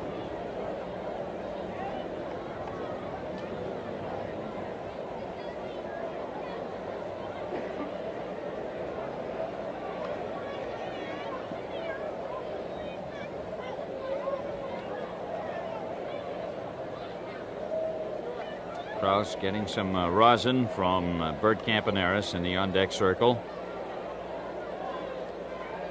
Don't forget, we'll be televising Tuesday night. 7:45 is game time in Cleveland. Foul ball.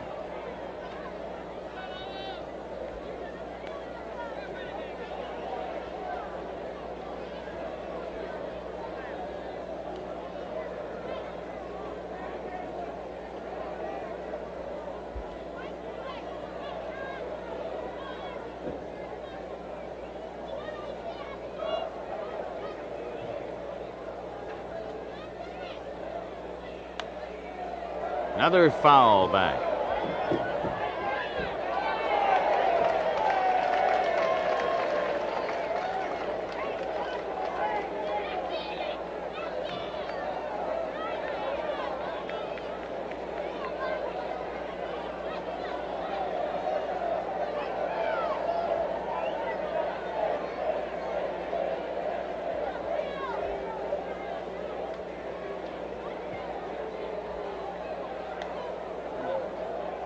One ball, 2 strikes. Krause looking down at his third base coach, John McNamara.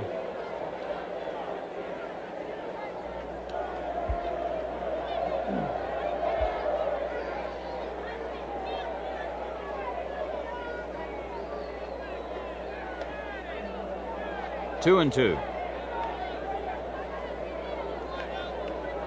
Luke Krause looked an awful lot like his dad, Ken. I don't know whether you've been up close to him or not. When I first saw young Lou, I took a quick look. Of course, his dad was a fine pitcher with the old Athletics.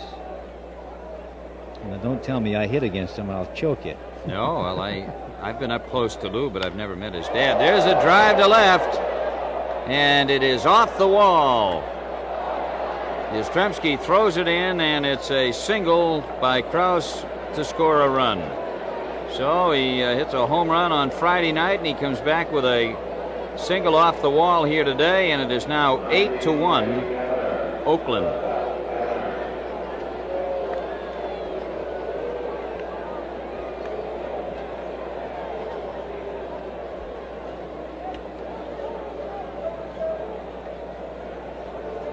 Campaneris at the plate with a runner on first and one down.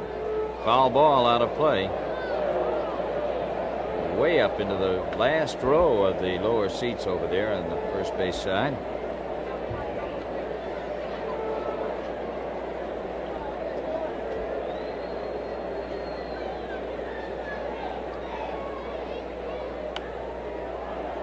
Foul ball out of play. Danny Cater in this ball game today for Oakland has had 3 for 3, and he's gone up to 291. He's always, the last couple of years, been right up around the top. He was second to Yastrzemski last year in average in the American League. 1-2.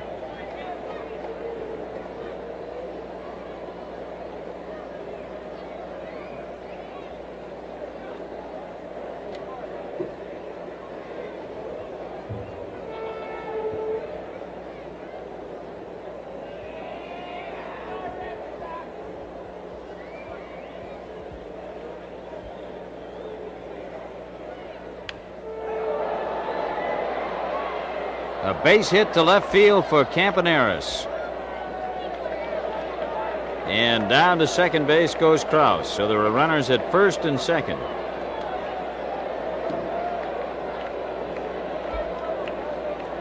And now Joe Rudi is at the plate. He has struck out, foul to the catcher, single to center field, and struck out again. There is one man out in the 8th inning. Oakland in this ball game got a run in the 3rd, 2 in the 4th, 3 in the 5th, 1 in the 7th. They've got 1 here in the 8th. And they lead 8-1. Gary Rogenberg is warming up in the bullpen for Boston.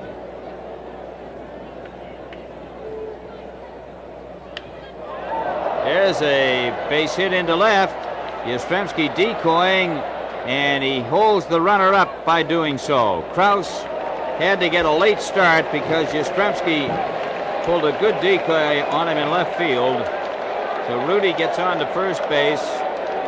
Krause gets to third and Campaneris to second. The bases are loaded. There have been 4 hits in this inning off Bill Landis, and the batter now is Reggie Jackson.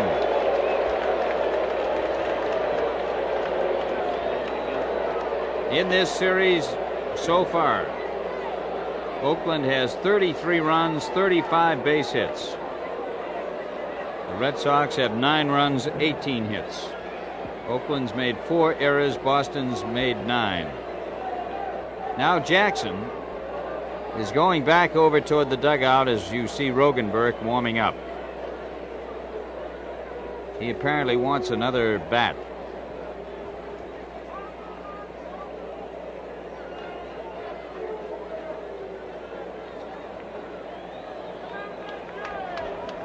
Hank Bauer is saying something to him. He was kidding him a little bit yesterday, even though he had the great day. He got on him a couple of things, on a couple of different items during the course of the ball game. But Reggie is genuinely well liked by his teammates and by manager Bauer, a fellow that is really working at it, and he's 9 for 14 in the series and has driven in 14 runs, and here he is up there with the bases loaded. This ought to be some kind of a record with him coming up there with the bases full. He's had a double, a triple, and a home run today and has been called out on strikes. He takes a ball. Funny thing, you know, when Lazeri had that big day against Philadelphia, I understand that the next day he had a big series too. Dick Williams and Darrell Johnson watching. Foul back.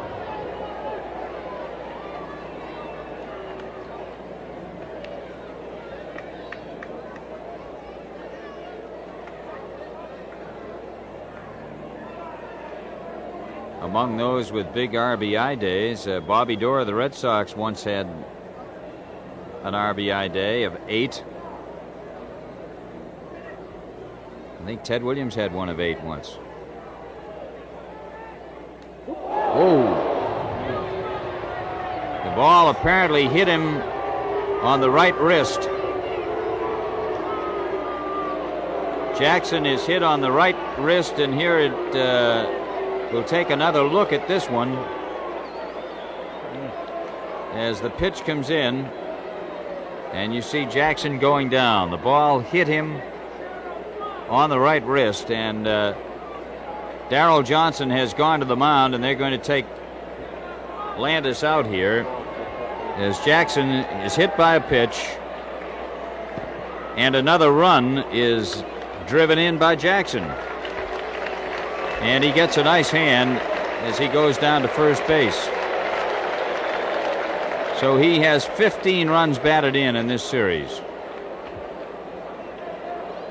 Campaneris goes over to third. Jackson on first base, and Rudi now on second.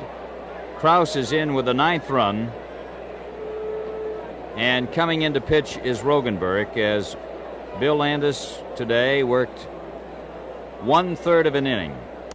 They play 4 games there and then come back home with New York and Cleveland here.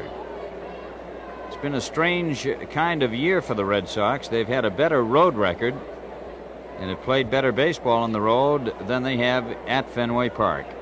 Bando is up. The pitch almost gets away. Ball one.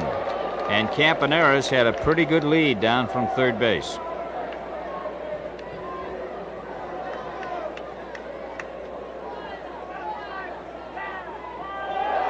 Ball two as Gibson makes another save.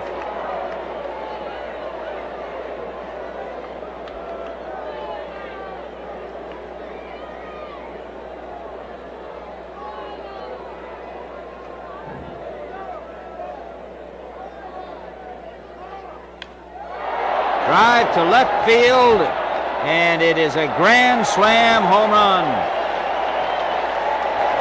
Sal Bando has hit a grand slam homer,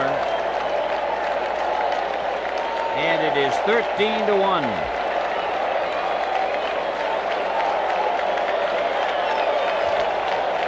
And the fans here at Fenway give him a big round of applause. That's his second grand slam of the year. He hit one in Oakland off George Brunette of the Angels. So the fans who have wanted to have something to cheer about are cheering the Athletics at this stage as Cater comes up. Strike.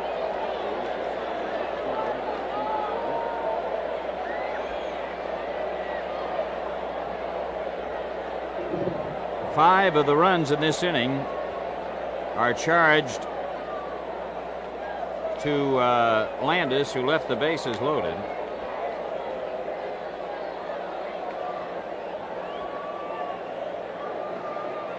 One ball, one strike on Cater, who's had 3 for 3 today. Foul ball, Jones over, and Dalton makes the catch.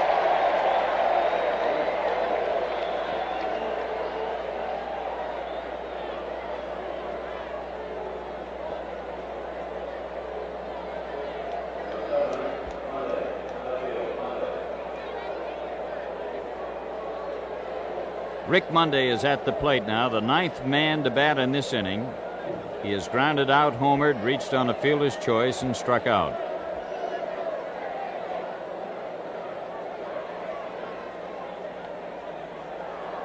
Strike one.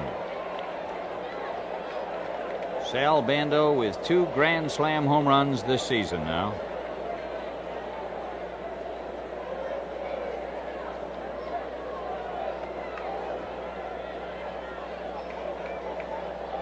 One and one.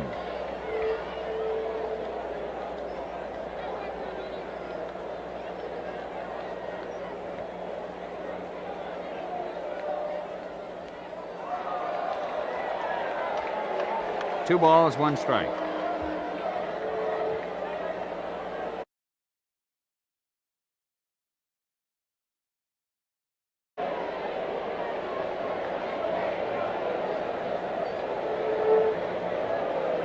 The Red Sox have used 11 pitchers in this series. Foul ball.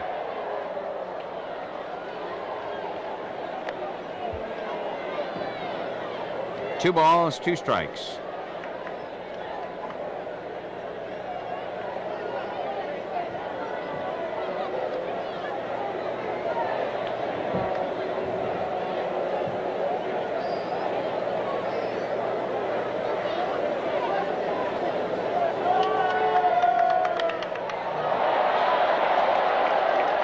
Fly ball to left field, and it is off the wall. Yastrzemski chasing it in, throws into second base, and he is safe at second. Don Denkinger called him safe, and Dick Schofield is being thrown out of the game by Denkinger, and Dick Williams is coming out now as Schofield continues to really get into it with the umpire at second base. Schofield is really infuriated, and Williams is in on it now too with Denkinger.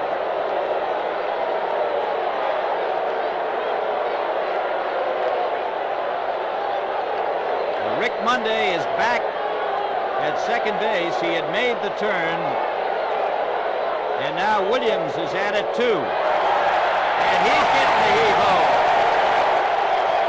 Williams is being ejected from the ball game, as well as Schofield.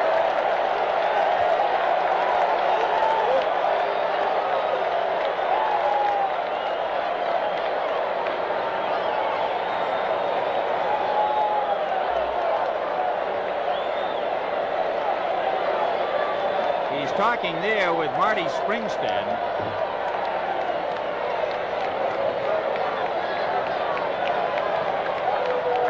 And now he's going over to talk to John Flaherty, who is the veteran umpire in this crew, the umpire at third base.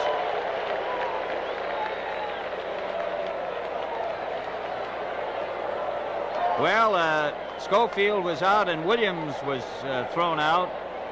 And O'Brien is going in to play second.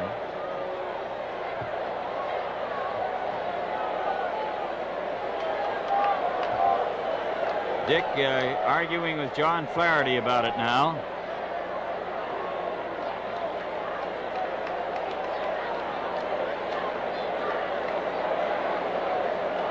Dick continues to go at it. And now he's on his way out. He may have a parting word for Springstead.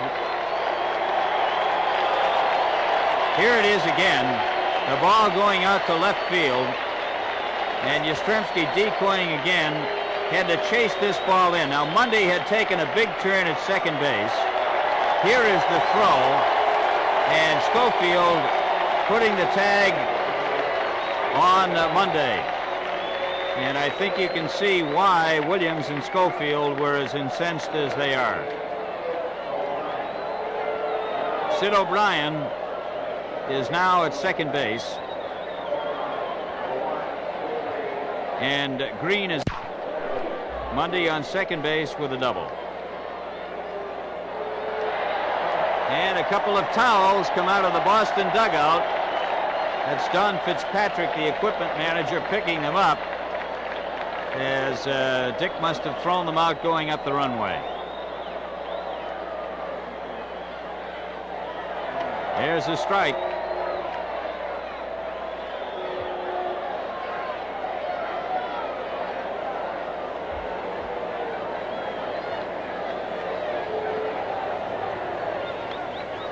Foul back. Strike two.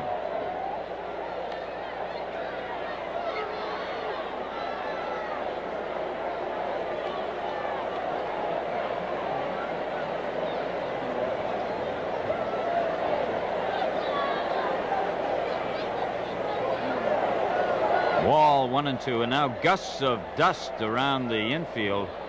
Fairly strong breeze blowing across now toward right, and you can see it there on your screen.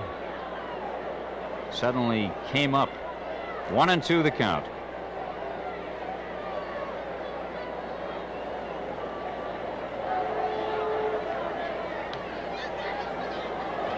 Two and two.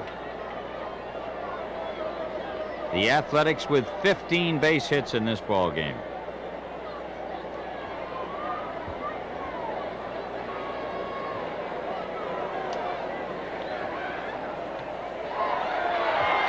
Strike three, and now Green is angry himself, and that's all in the eighth inning. So they came up with 6 runs. 6 hits, no errors, 1 left. Go into the last half of the 8th inning. 13-1 Oakland. There's Kubiak. Joe LaHood is up. He lined out to the second baseman Green in the 5th inning. Green to Cater. LaHood is retired. 1 away.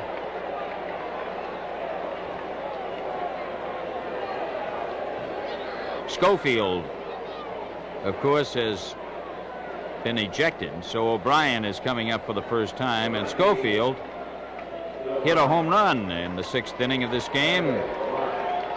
He was robbed of a hit in the third by Green and was called out on strikes his first time, so O'Brien's up for the first time. Ball 1.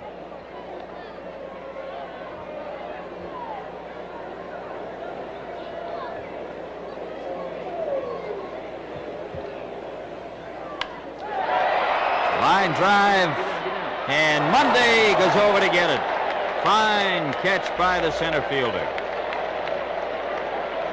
Very well done by Rick Monday. Here it is again as O'Brien clipped the ball well, and look at him go. He's got fine speed, and he reaches out to take it for out number 2. The batter is Dalton Jones. He is grounded to third, grounded to first, and bounced out to first unassisted.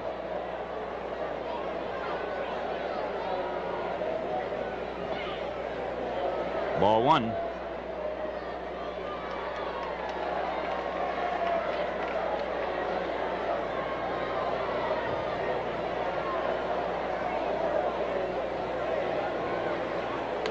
Ball 2. 2-0.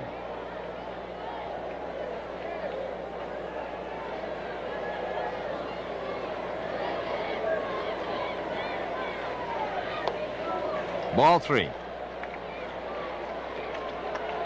Lou Krause on in relief of Jim Nash, who went the first 6 innings pitching for Oakland with a 13-1 lead in the 8th.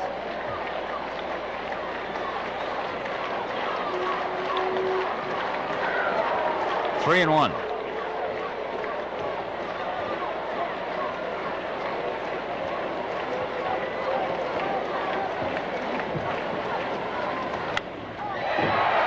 Fly ball to right. Jackson back. And he makes the catch in right field to retire the side. No runs, no hits, and nobody left on. At the end of 8, the score, Oakland 13 and Boston 1.